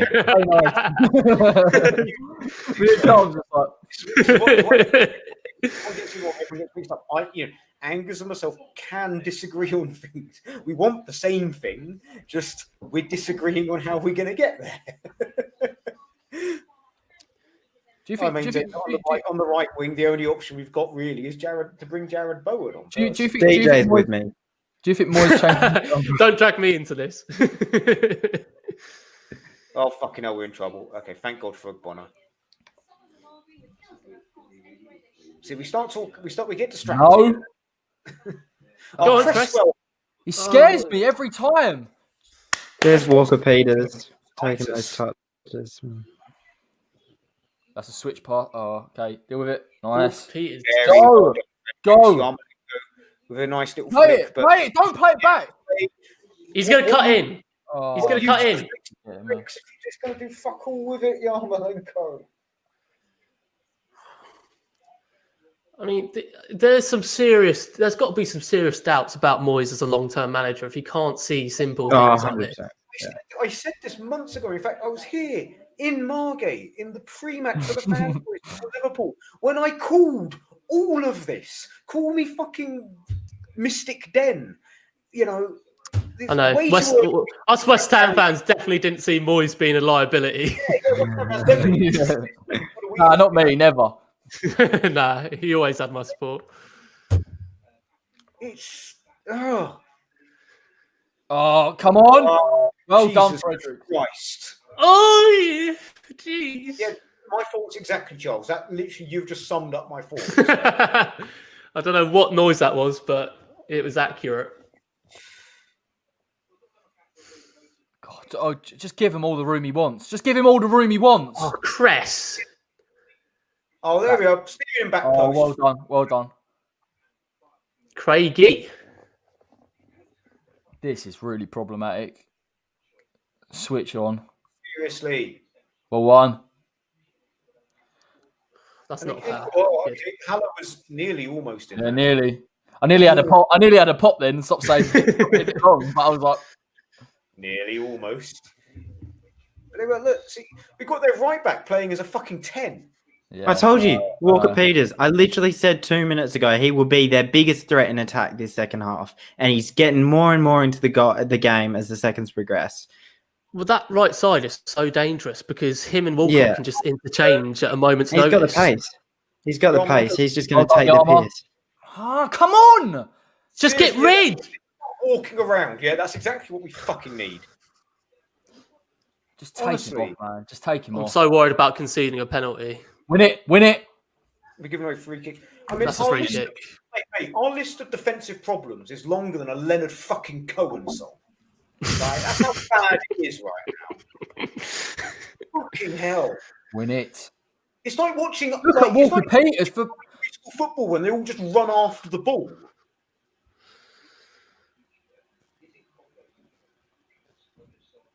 Here we are. Walker Peters on the ball, edge of the box. This is abysmal defending. Actually, give me anxiety watching that right hand side of Southampton. It's so abysmal. This is nothing against Romelu, but that falls to any other of their midfield or attackers. That's going in. He's just not got a good shot on him. Oh, look. Now they're bringing Shane Long on. Oh, here we go. Shane Long, who hasn't scored in about 2 years. Jay Adams. Che Adam. Oh, no. Another West Ham bogey player. What happens when teams haven't scored in a while? They score against West Ham United. It's been going on for fucking years. Like when Sunderland didn't have a goal in 11 hours. 11 hours of football, and they played us and they scored twice. Welcome to the club, mate. This is what it's like. Pain. All it is pain. Pain in my arse. Again, it's like my first ever prediction of the West Ham way for Newcastle. What was your prediction? Pain. Like in fucking Rocky 3, you know? We're Pain. just not doing enough. Oh, right. On that bombshell, it's time for drink number 2. Oh, yes! Oh, wait. Okay, I'll wait for that. No, we haven't. no, get a drink. Sorry, man. It was close, but again, Allaire. The trouble is with Allaire is that like he seems to just like his legs just seem to give up on him constantly at the right moment. Yeah. Edge of the... Deal with it. Jeez, God. jeez. Oh, thank God they had a mayor. Get Well rid! done, Get rid! Well done. Oh, this is painful. We're literally just waiting for them to score. That's offside. That's offside. He touched the ball. We're just inviting them to pile on the pressure. We are now. That's the problem. With half an hour left in the game still. I know, mate. I know.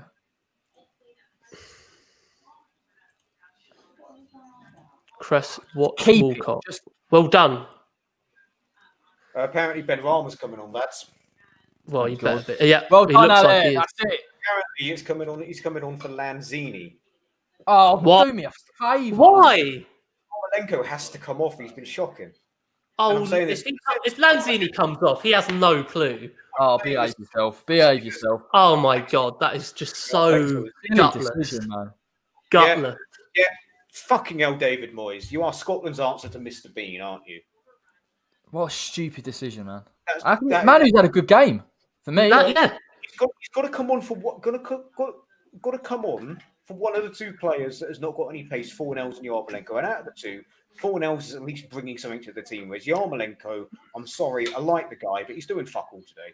All he's doing is Benrahma's just signalled that he's playing number 10. Talking about to So say signal that he's injured. Jesus Christ! Yeah, imagine. He's pulled his It hamstring. would be the West Ham way, yeah.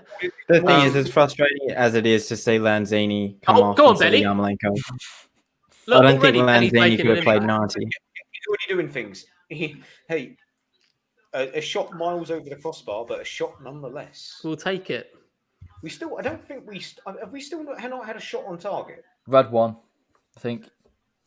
I don't think we have. Or maybe it was just one shot off target. Yeah, it was off target, I think. Yeah. I don't think Craig Wait. Dawson trying to kick Che Adams' that head doesn't counts.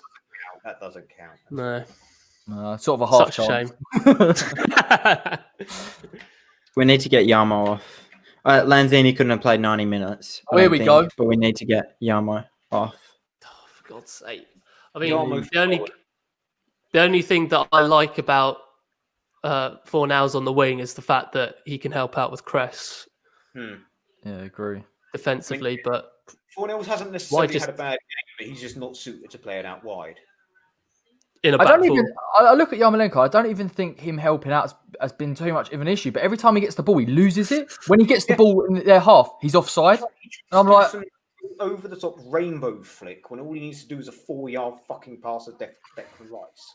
Well, it's also because he lacks pace, so he just always cuts in and cuts the and momentum. he out. takes way too many touches as well. Yeah, way too many. Come on. Well done, boys. Good pressing. Look at That's Declan it. there. That's it. Fabianski, good save. Good save, man. Walcott nearly with a shot. Not sure it wasn't. Very, Not sure it very was long going shot in. there. God, I tell you what, that was really dangerous. That was really dodgy, That wasn't it? being said, if Fabianski let that in, it'd be pandemonium on Twitter, wouldn't it? Oh, he's too old. Oh, beautiful save. Don't know, Megan. I don't know. Some things are mysteries. If you can answer that, you can probably solve a lot of problems. We were talking about this the other day, weren't we? I mean, I would love someone to go to David. Why did you insist on playing Yeah, David exactly. Yarmolenko? Any reason? What do you see in Yarmolenko in that game We that don't everyone else didn't? That would be the question. I honestly Man, thought he's when just- Lanzini won that Like ball. our wing players are slower than our centre backs, it seems. Now that's a slight problem. No, I think Dennis, you're muted, unfortunately. I was talking to someone in my household, not you guys, sorry. Oh, okay. Come on, boys. Please. We can at least just Arturo try and said- win a set piece here or something. He's playing Benrahma just to avoid fans' criticism in case of losing. Yeah, To it's be a fair, very- after the lineup last game, I don't think he cares about the criticism. Oh, that was handball. Unfortunately. Yeah.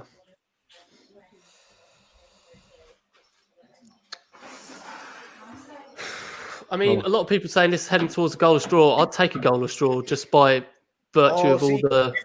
You've fallen for the David Moyes thing. That's what David Moyes wants us to do. He wants us to be in a position where we're satisfied with the goal. I know. This game is But, fundamentally different. To be fair, considering how badly we started, yeah, I would have taken a draw. But it's frustrating because we could like with every game, we still could have done so much more just with the right changes / the right lineup. Go on. Yep. Go on, Benny.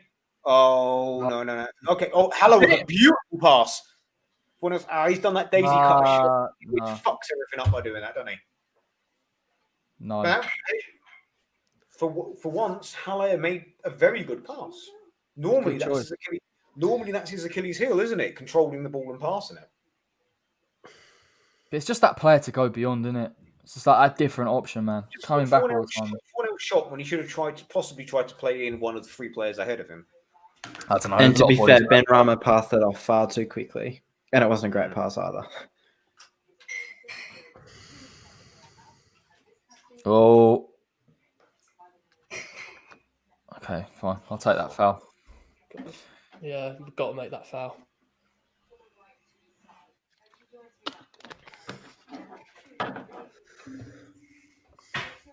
Bowen's still warming up. Hopefully he can come on for Yarmo. Oh, Yeah, that'd be again, massive. I'm saying this as someone that really likes Yarmolenko. It's just this is not the game for him. I'm not sure any But game. to be fair, I don't think any game's the game for him. I think, to be fair, I think Brighton would the game we should have played in was Brighton, a team with very little pace. We sat so deep, he probably would have struggled to get up Yeah, that it's just no pace. He's a winger. He needs the pace. That's the key attribute. So That Dortmund side must have absolutely carried him. Changes too much. well, he didn't play on the wing. I don't think Play what as a 10 he or played 9? centrally, which helped. So Yeah, he played as a 10 for a lot of his career. He has actually played as a 10. or up top for Ukraine. Yeah, he played as a centre forward or as a sort of a false 9 and a number 10. Oh, talk to each other, man. Cresswell and I think Fornell's just not communicating there. Yeah. There's a big shock on the cards in the Premier League. Arsenal are 1-0 up against Brighton. Oh no! Got it, man. I thought I Duncan hate was coming Arsenal back so right. much. I hate Arsenal so much.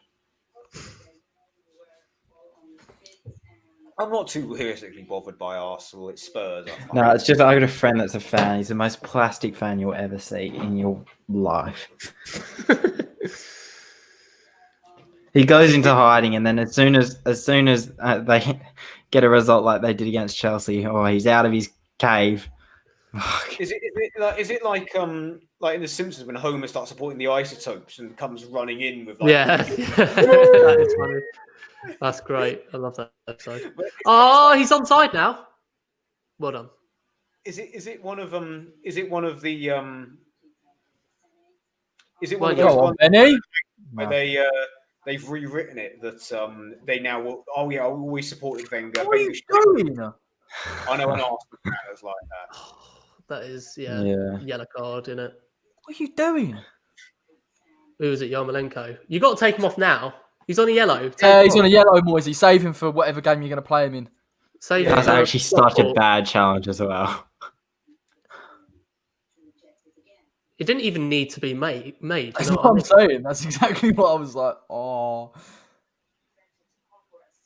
Take him off. Look, he looks shattered.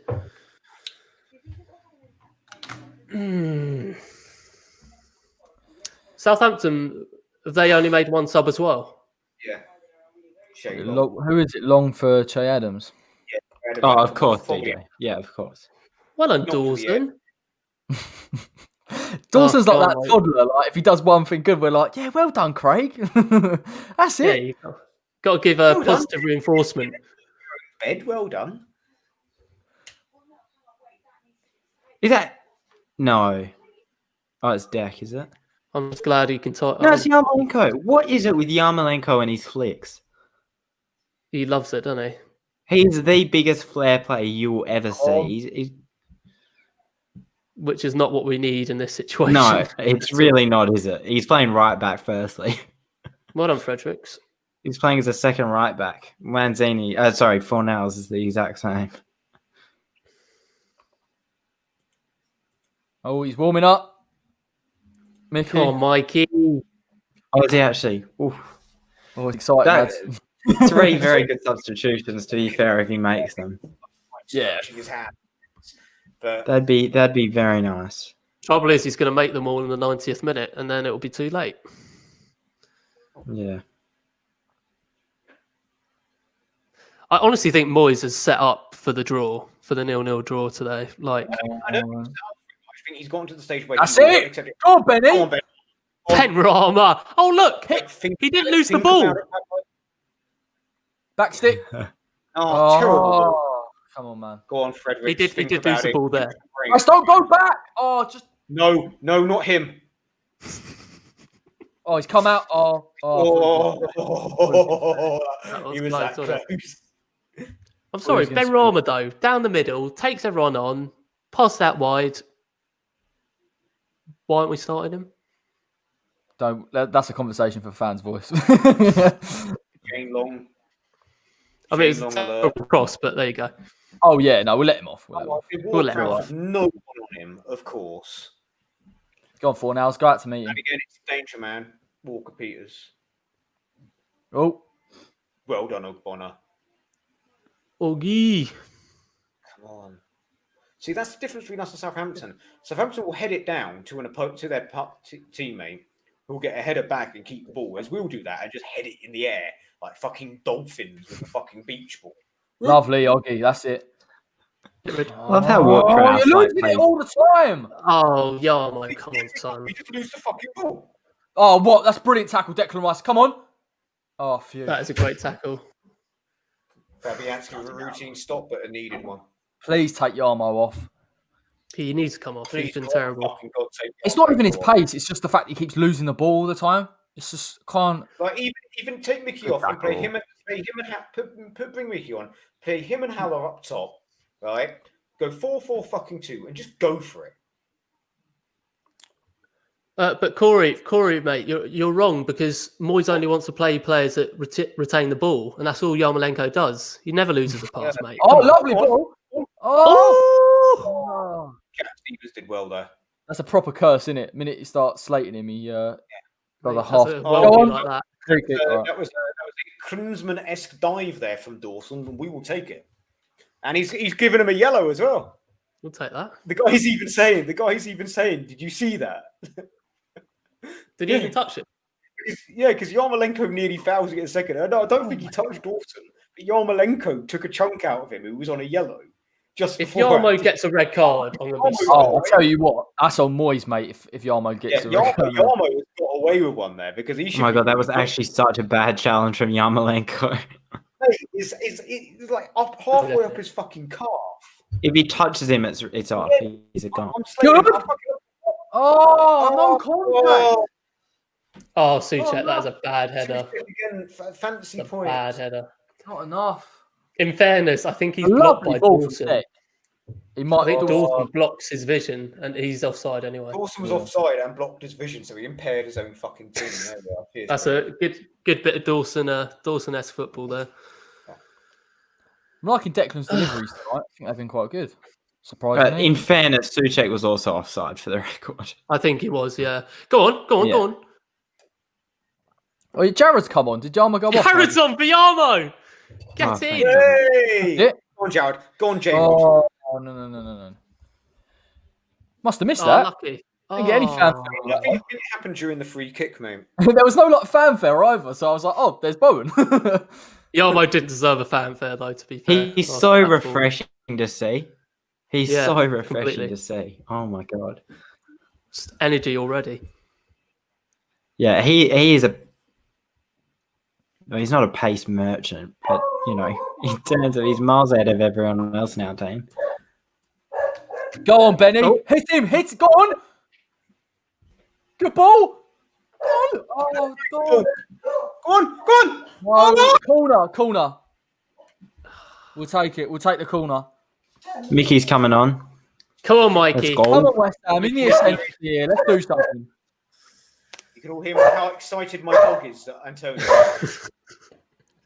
In reality, a car has dared park. He knows Antonio's coming on. He knows. Oh. The car has dared park outside our flat. Oh. God. I feel bad for Suchek there. He couldn't have really done anything else. Bertrand, Tough one, wasn't it? again, Southampton have got bloody good footballers. I think they deserve to be higher up the league based on the team they've got. I think they're doing very well. I think they do it well. They are ninth. They've dropped down. Yeah, but it's so tight. Come on. Yeah, it On is. Cresswell, you're in my fantasy team. Give me fantasy. Oh! Back in.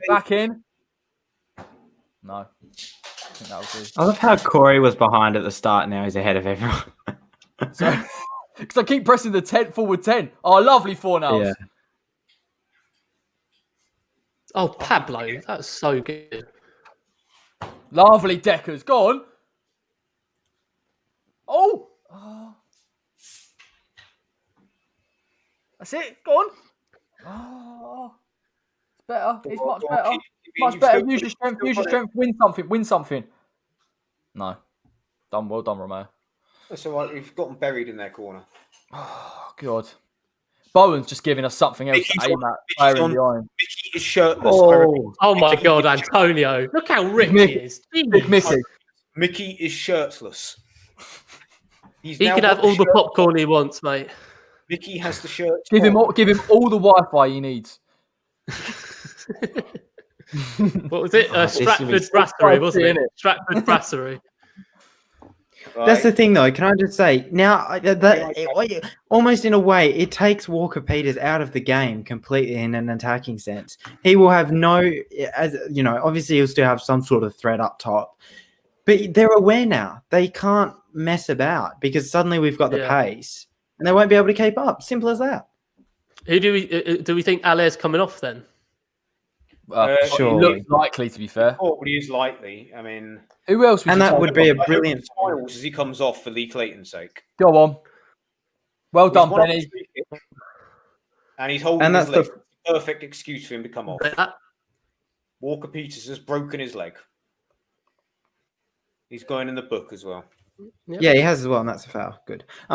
That is the front three. That would be the best front three we could possibly put out in our whole squad. That was not good. Benrahma, Bowen, Antonio. Simple. So with that, you're kicking a lot more. You think about those three up top, your two holding midfielders, 5 at the back. Come on. It's not that hard. No, neither. Yeah. Well done, Ale.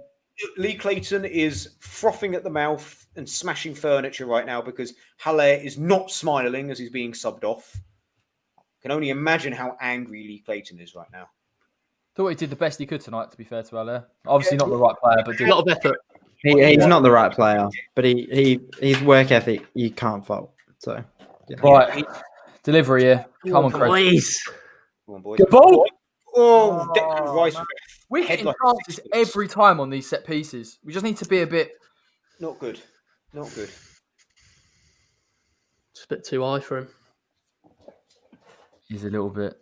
back. He's kind of gone to like Armstrong. Stuart Armstrong, another player that could probably hurt us. Yeah, dangerous player. A lot of pace, a lot of attacking threat. The game's going to open up a lot more.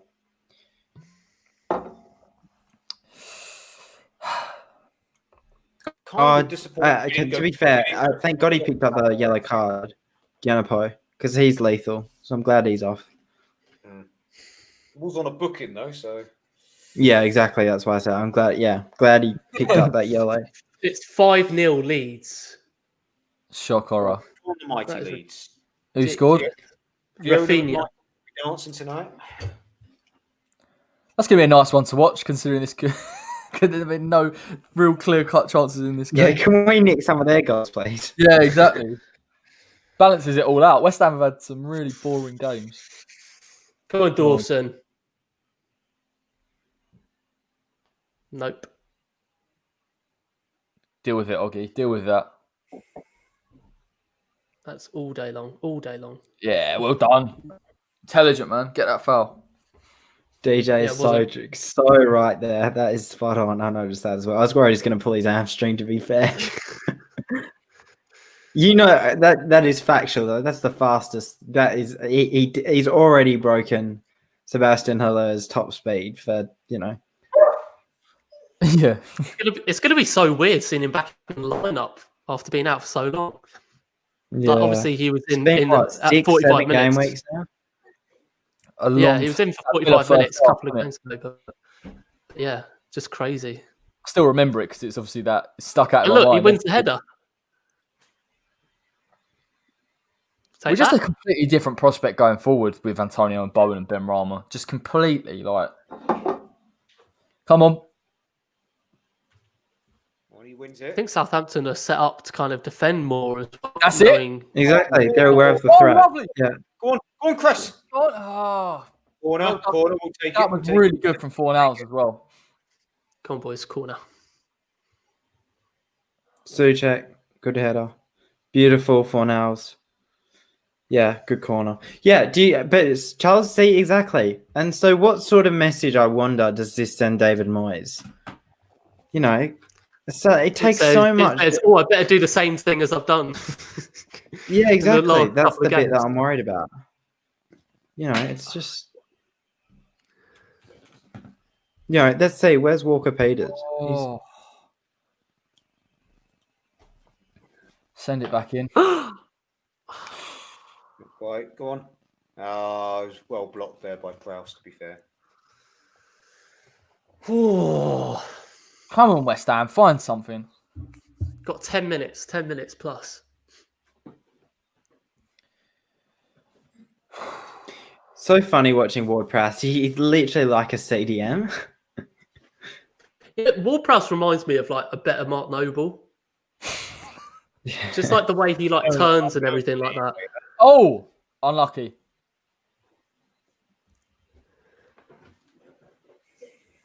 Oh, what a tackle, Tommy Souček. Brilliant tackle. Oh, such a bad header. Well done, Souček. Go on. Oh, it's better, but it's not. Oh, Benrahma. Oh, he was so close though. He was so close. On last 10, let's go for it. Win that, West Ham. Go. Perfectly Gorgeous. played. Go, Mickey.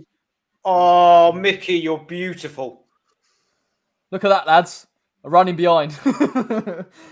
Oh. I was honestly expecting his hamstring to pop. Yeah, I was like, wait, don't go too far. You I was like, can just kind of tell calm. a little bit as well. He was kind of like... He's holding up a little bit. Yeah, he definitely wasn't as quick as... Yeah. It takes him a few games to get going when he comes back from an injury. By few, it could be anything between 1 and 10, but he does come back eventually.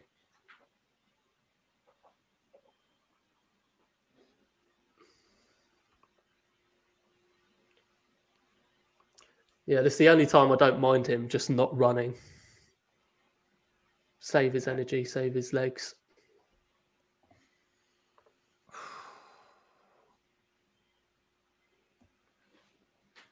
Good header. Oh, no, maybe not.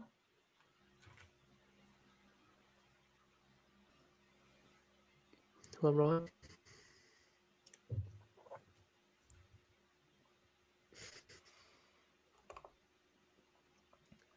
I could just see one of these two teams shithousing a win. Oh, don't. Yeah. I'm just being quiet because I don't want to... just like... Bednarak just pops up in the 94th minute or something. Yeah, I don't know who it's going to be, but That Craig Dawson bet's looking more and more likely as the time rolls on. God, imagine getting 200 quid off that. What is the actual bet, Angus? It was 12-1. Craig Dawson scoring goal in the 90th minute. I think it was £10 put on it. But only 12-1. Those are pretty low odds on that. It is actually, isn't it? Oh, no, it was in 90 minutes rather, not in the 90th. But what were the odds? It was not. It wasn't in the 90th. It was in 90. It was 12-1. Yeah. Well, It was across the whole game, I think. Actually. Go on, Jared. Go on, J-Rod. Use it. Uh, God, it's like a breath all of right. fresh air, though, isn't it? Having someone that could take someone else on. It's like... Honestly, I can't believe that was their throwing. Benrahma wide left and... Oh, I thought it was odd. Oh. Yeah. Oh, so did I, to be fair. Come on, West Ham.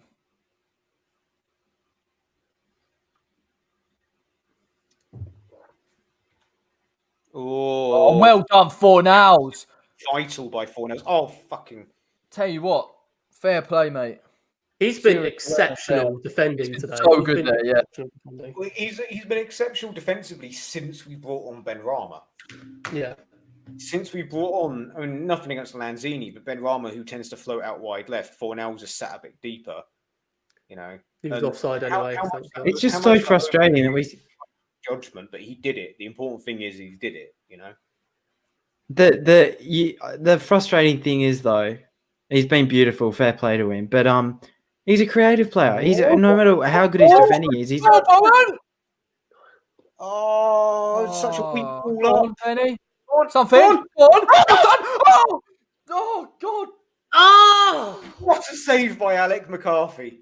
Well Oh, done, what a Benrahma, though. save. Working, seriously working for that. That was Gordon Banks' that save. Seriously working. He's onside, but my God, what? Like, that's a poor ball in.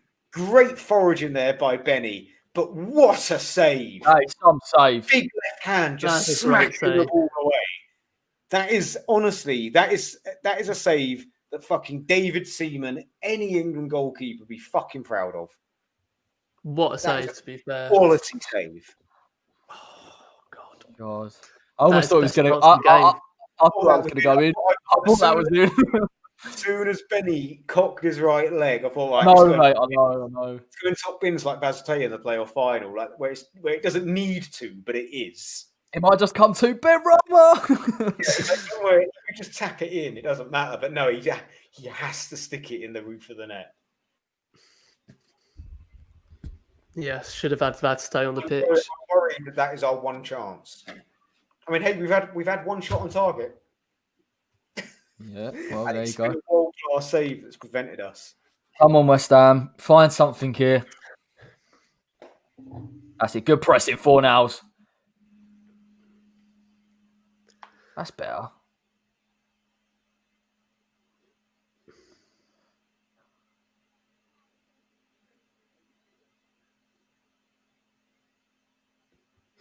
That's it, West Ham. Well done. It feels like there's That's less it. time than there is. There's still 5 minutes plus stoppage time. It feels like, it's the last minute now. I don't know why. Yeah, Because it's 0-0, mate. It's always like that, isn't it, with these type of It games? feels like this game has just gone on forever. that's not a foul. That's not a foul. Get rid, Fab. Oh, that's not good. God, that was a bit dodgy. Yes. Wasn't it? Go on. I hope he's up.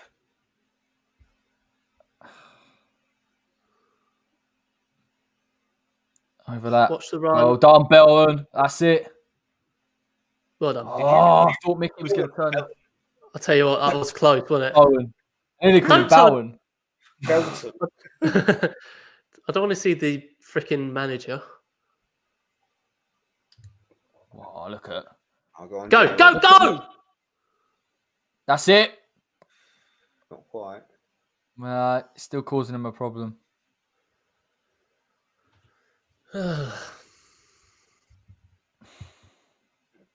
Such a tight game, isn't it? Obviously, could I swing really either hope, way. I really hope that the penny is finally dropping for David Moyes. I doubt it, mate, after It's finally dropped it with Bowen and Benrahma, because look how much better we've looked since they've come on. different team, mate. Like going forward, Different it's team, yeah. just a And different even look. Before Antonio came on for Haller, it made Oh, up. wow, man. Look at Antonio. Oh, that's a free kick. Go on, Mike. That's a foul. Oh, that's a foul. Oh, That's a now foul, we're- ref. Here we go. God, that is a We're in nice trouble touch. now. Go on, Creswell. Not Creswell. Fredericks. Go on. Oh, Danny done, Ings Bowen. on Well the back. area. Oh, Suchek. Quality, mate. Oh, Quality. Take We've him won on. some form of a free kick, it appears. I don't Yeah, just we'll play take that. on. Oh, Ings getting pissed off good, oh. to see it. And Dawson, Dawson's on TV for some reason. because I think he won the foul.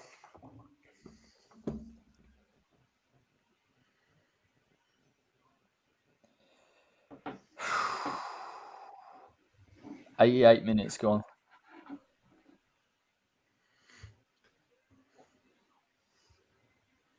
Go on, Fornals. Oh, weak there. Yeah, you got to be quicker there.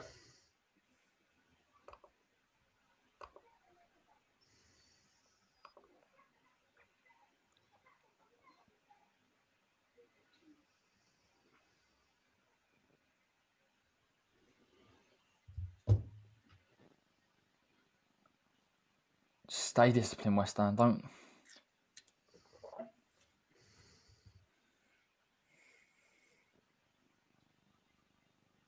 Well done, Dick. And Rice. They've given the man of the match to Craig Dawson.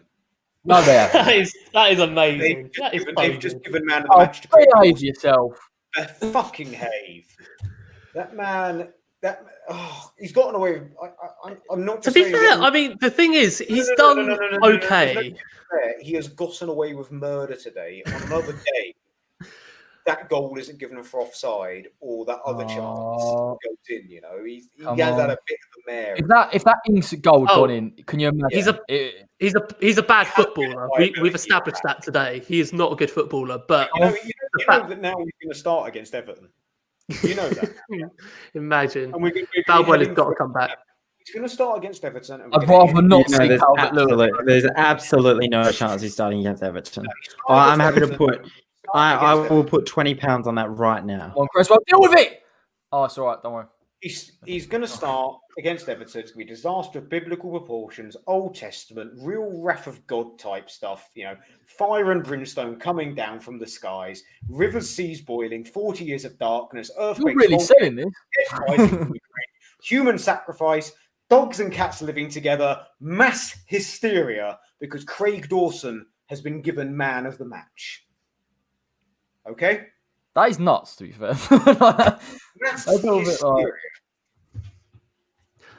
3 minutes. What I will say for him is that he has done better than what I expected he would do. Because I expected 4-0 to fucking Southampton. Yeah, exactly. So, and he nearly gave them 2 goals on a plate. God. If he gave them that first goal, I'd been so pissed. He concussed one of their strikers. Man's just a walking liability. He is, but look, he's a stopgap, isn't he? He was brought in just to give someone like a Balbuena a rest. I mean, he won't be back. Now, Moyes is going to be, I'm onto something here. Ogbonna and Dawson, great centre-back partnership, lads. I'll tell you what, Moyes needs to be looking at it and seeing how different we are going forward with Benrahma and Bowen in the side. All he's going to do is go, last 10 minutes when Mickey came on. And it's like, no, although Antonio is a better option, even with those wingers, Antonio is probably going to struggle a bit. Deal with it. Yes. Corner. It's a goal kick. All done. 90 seconds. Come on. Paul Fredericks has done well today. Yeah, Fredericks has had a good game. He has done well. Give him that. He's done well. We forget he was actually in decent form, wasn't he, before Southampton came in? And he's got that recovery pace about him. Not too sure about him going forward, but the main thing I think is where he's been quite disciplined in that, as Angus pointed out, he's been running on the overlap. He hasn't been running with the ball. So when he has got the ball, he hasn't been getting caught out. So that I think that for me is the big difference between the Fredericks of old and today. Different role for him today. Come on, boys. Let's get one more chance. 1 minute. Get it in there. And as much as we shouldn't be aiming for draws and stuff, at the opening 10 minutes, we all would have taken a draw. Opening 10 minutes, we looked in trouble, you know. The performance isn't great, but it's better. If it wasn't for a brilliant save, we would be 1-0 up, you know. Right, get everyone in the box now. Everyone in the box. Come on, West Ham, just go for it. Send Fabianski up. Send the keeper up. All right, no, calm down. You just said you'd settle for a draw, Dennis. Yeah. No, I just like sending goalkeepers up. Send David Moyes on. Yes. Orioles are hard, man. This is where you need Kevin Nolan back stick. This is where Craig Dawson's going to fucking score. Oh, please. There's going to be a volcano erupt in Southampton somewhere.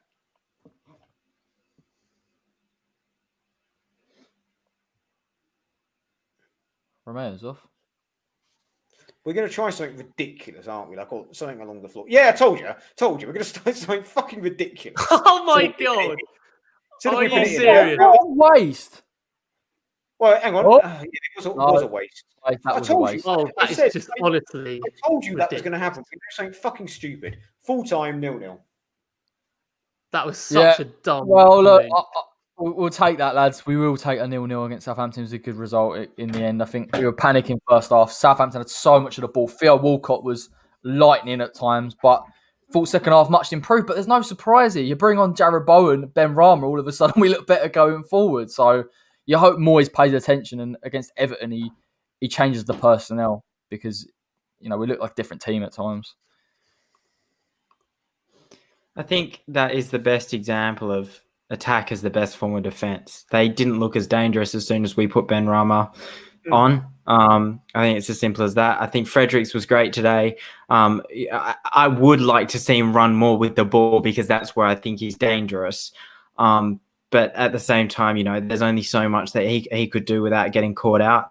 I think I said at the start of the game, it wouldn't take a lot for Craig Dawson to have a semi-decent game in West Ham eyes, because he's just been, he's been slated, I think, constantly. And, God knows, fair enough, whatever. I don't care what anyone thinks about that. But at the end of the day, I think that's one of the reasons why he's been voted man of the match, because he clearly wasn't man of the match. But again, people are looking championship player playing in the Premier League on debut. It doesn't take a lot. And to be fair, I think as much as you want to look at him getting caught out, with the Megs with Ings and whatnot, he was offside and blah, blah, blah. The reality is it was a clean sheet. And it was the aerial duels that he was winning constantly that were brilliant. So, he would never, ever, ever, ever start ahead of Balbuena for me. But I think he had a semi-decent performance today. I think we need to deal with some harsh truths. Sebastian Haller will never make it in the Premier League for me. That was the write-off today, because unless he's playing for a top 4 club that dominates possession, you will never, ever set up in a low block and have someone like Sebastian Haller scoring goals regularly. That's a fact. Yarmolenko will never, I don't think, he's not a wing player. He will never, ever have a good game on the wing because he lacks the raw pace. Cresswell will never, ever have a good game at left back again because he's not a left back. And I think we finally started to figure that out. He's losing pace, yards of pace every season. He might have been a good left back a couple of seasons ago, but that's not the case anymore. He's slow. He's overconfident, in my opinion. He doesn't know what the role requires of him anymore. I think Bowen is a key part of our side and should start as much as possible. We need to figure out, someone to work alongside Mickey or as a replacement for Mickey when he's injured, a Josh King. You need the pace in the team. And at the end of the day, the reason we haven't scored is because of the lack of raw pace. But I think we do need to start dealing with those harsh truths. And in all honesty, as much as Dennis said, take a game, a draw of first 10 minutes. Yeah, I don't think anyone likes 0-0 draws. It's one of those things where, again, it doesn't provide anything. I don't think it gives us a point that doesn't move us anywhere up the table. It won't matter at the end of the season. And it's just one of those stalemate games. And, to say at the start of the game, would you take a 0-0 draw after 90 minutes? No, of course I wouldn't. But, it's against Southampton. Maybe it isn't too bad. I think, someone like a Kyle Walker-Peters is just, and a Theo Walcott could be so dangerous, for someone like us, because, and a Dan James, he's struggling tremendously at Manchester United, but you just need the pace. And we don't seem to have the pace. We need, as someone said, a fox in the box. We need someone moving rapidly. And a lot of it comes down to pace. At the end of the day, we're not playing a game of FIFA, but you can't have wingers that don't have pace. And I think that's why we're struggling a lot. And I don't know, I've just gone on a rant, to be fair. But I think there were some clear things to come out of that game, to be fair. And some people that were saying things about, Craig Dawson and Ryan Fredericks that I think hopefully have been proved slightly wrong. Craig Dawson, you don't learn anything from that game. He doesn't go anywhere. He's not going to start, a game against Everton. But Ryan Fredericks, he does have a future in the Premier League, in my opinion. Might not be for us, but he's a good player. It's as simple as that for me. So, yeah. I think we really saw, particularly in those last 30 minutes when Bowen and Benrahma come on, that we could play in a slightly deeper position and still hurt Southampton on the counter. And the risks we have to take in a side that has no pace, if we're trying to push up, they don't have the pace to hurt them. We're a completely different side with those players in. Benrahma, Jarrod Bowen, Mikel Antonio when he come on. I thought even his ability, his hold-up play, he can stretch defences. That has to be the blueprint going forward. And I'm pretty certain we should do it. Out of curiosity, where do you think, I'll just name a starting 11 who I think would be my preferred 11, and I've just running off the comments here a bit. Where do you think this would sit in the Premier League, having Fabianski in goal, Cresswell on the left, whatever, Balbuena Ogbonna, Soufal on the right, two holding Souček and Declan Rice, Bowen on the right, Lanzini on the central, Benrahma on the left, and Mikel Antonio up top. That is a top 8 Premier League team for me. But it's just a matter of, it seems with David Moyes, like, you've got to give him a couple of months to figure out that this is the way that we should be playing. Because, again, we killed that game for them as soon as we brought a Benrahma and a Bowen on. Kyle Walker-Peters just couldn't do anything. He wasn't up top as much. He just, because they're aware. So even subconsciously, they're aware that they'll get caught out if they're too lackadaisical about it and too overconfident. So, this is what I mean with Southampton. Like, how many times this season have we seen them with the ball? When they've got the ball, they look a different. When they don't have the ball and a team tries to press them a little bit and can hurt them, all of a sudden those errors and those spaces start to open up. And I thought West Ham, when we brought on the right players, like you say, like their attack, they didn't really threaten as much. We looked much more composed.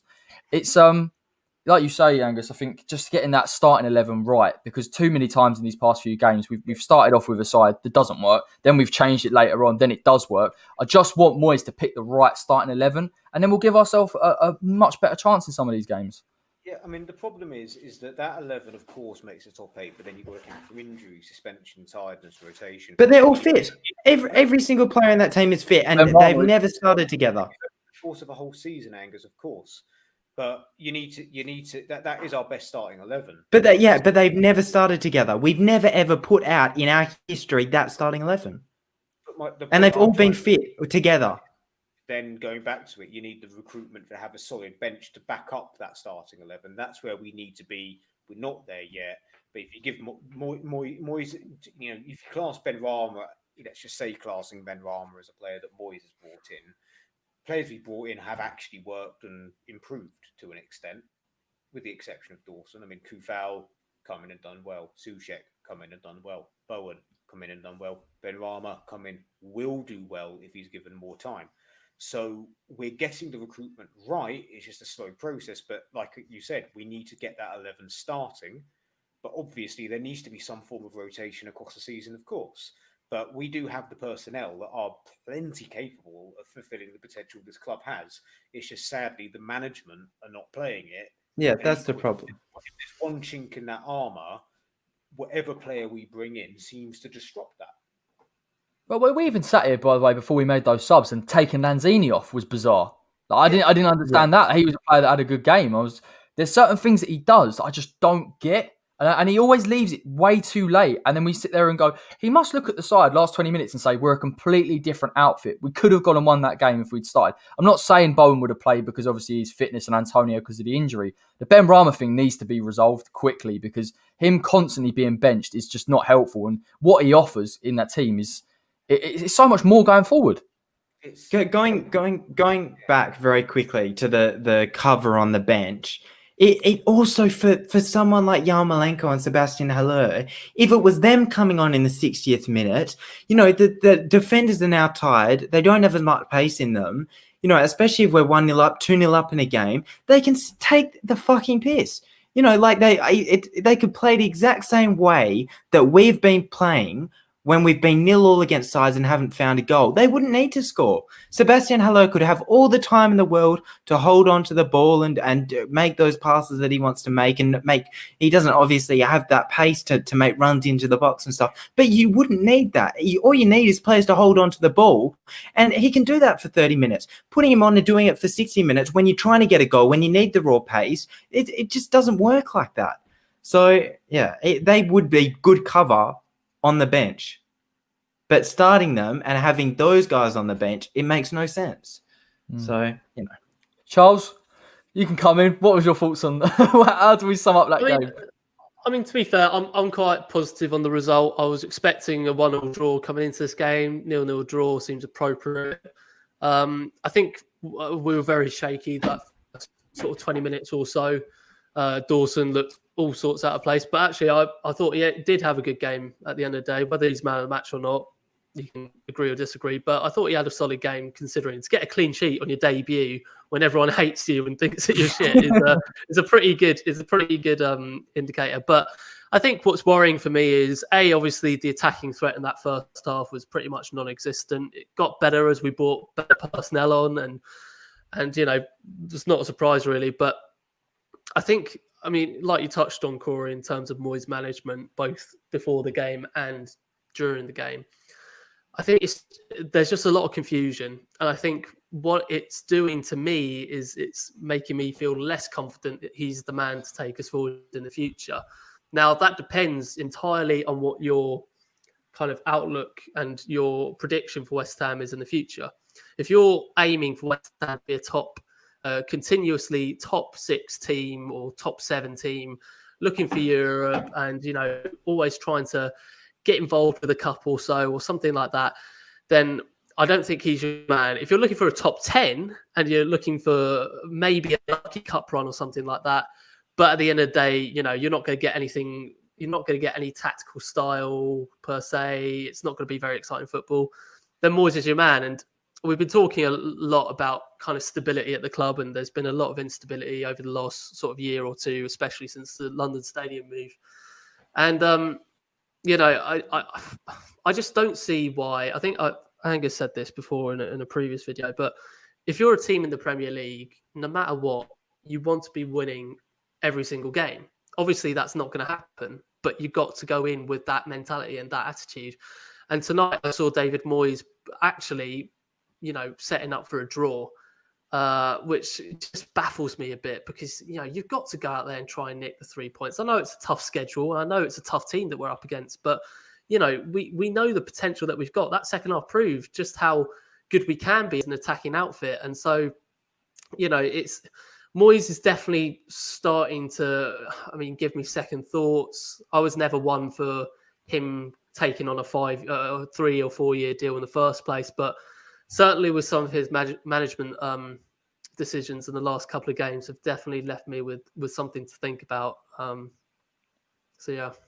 spoke very. Yeah, go on, man.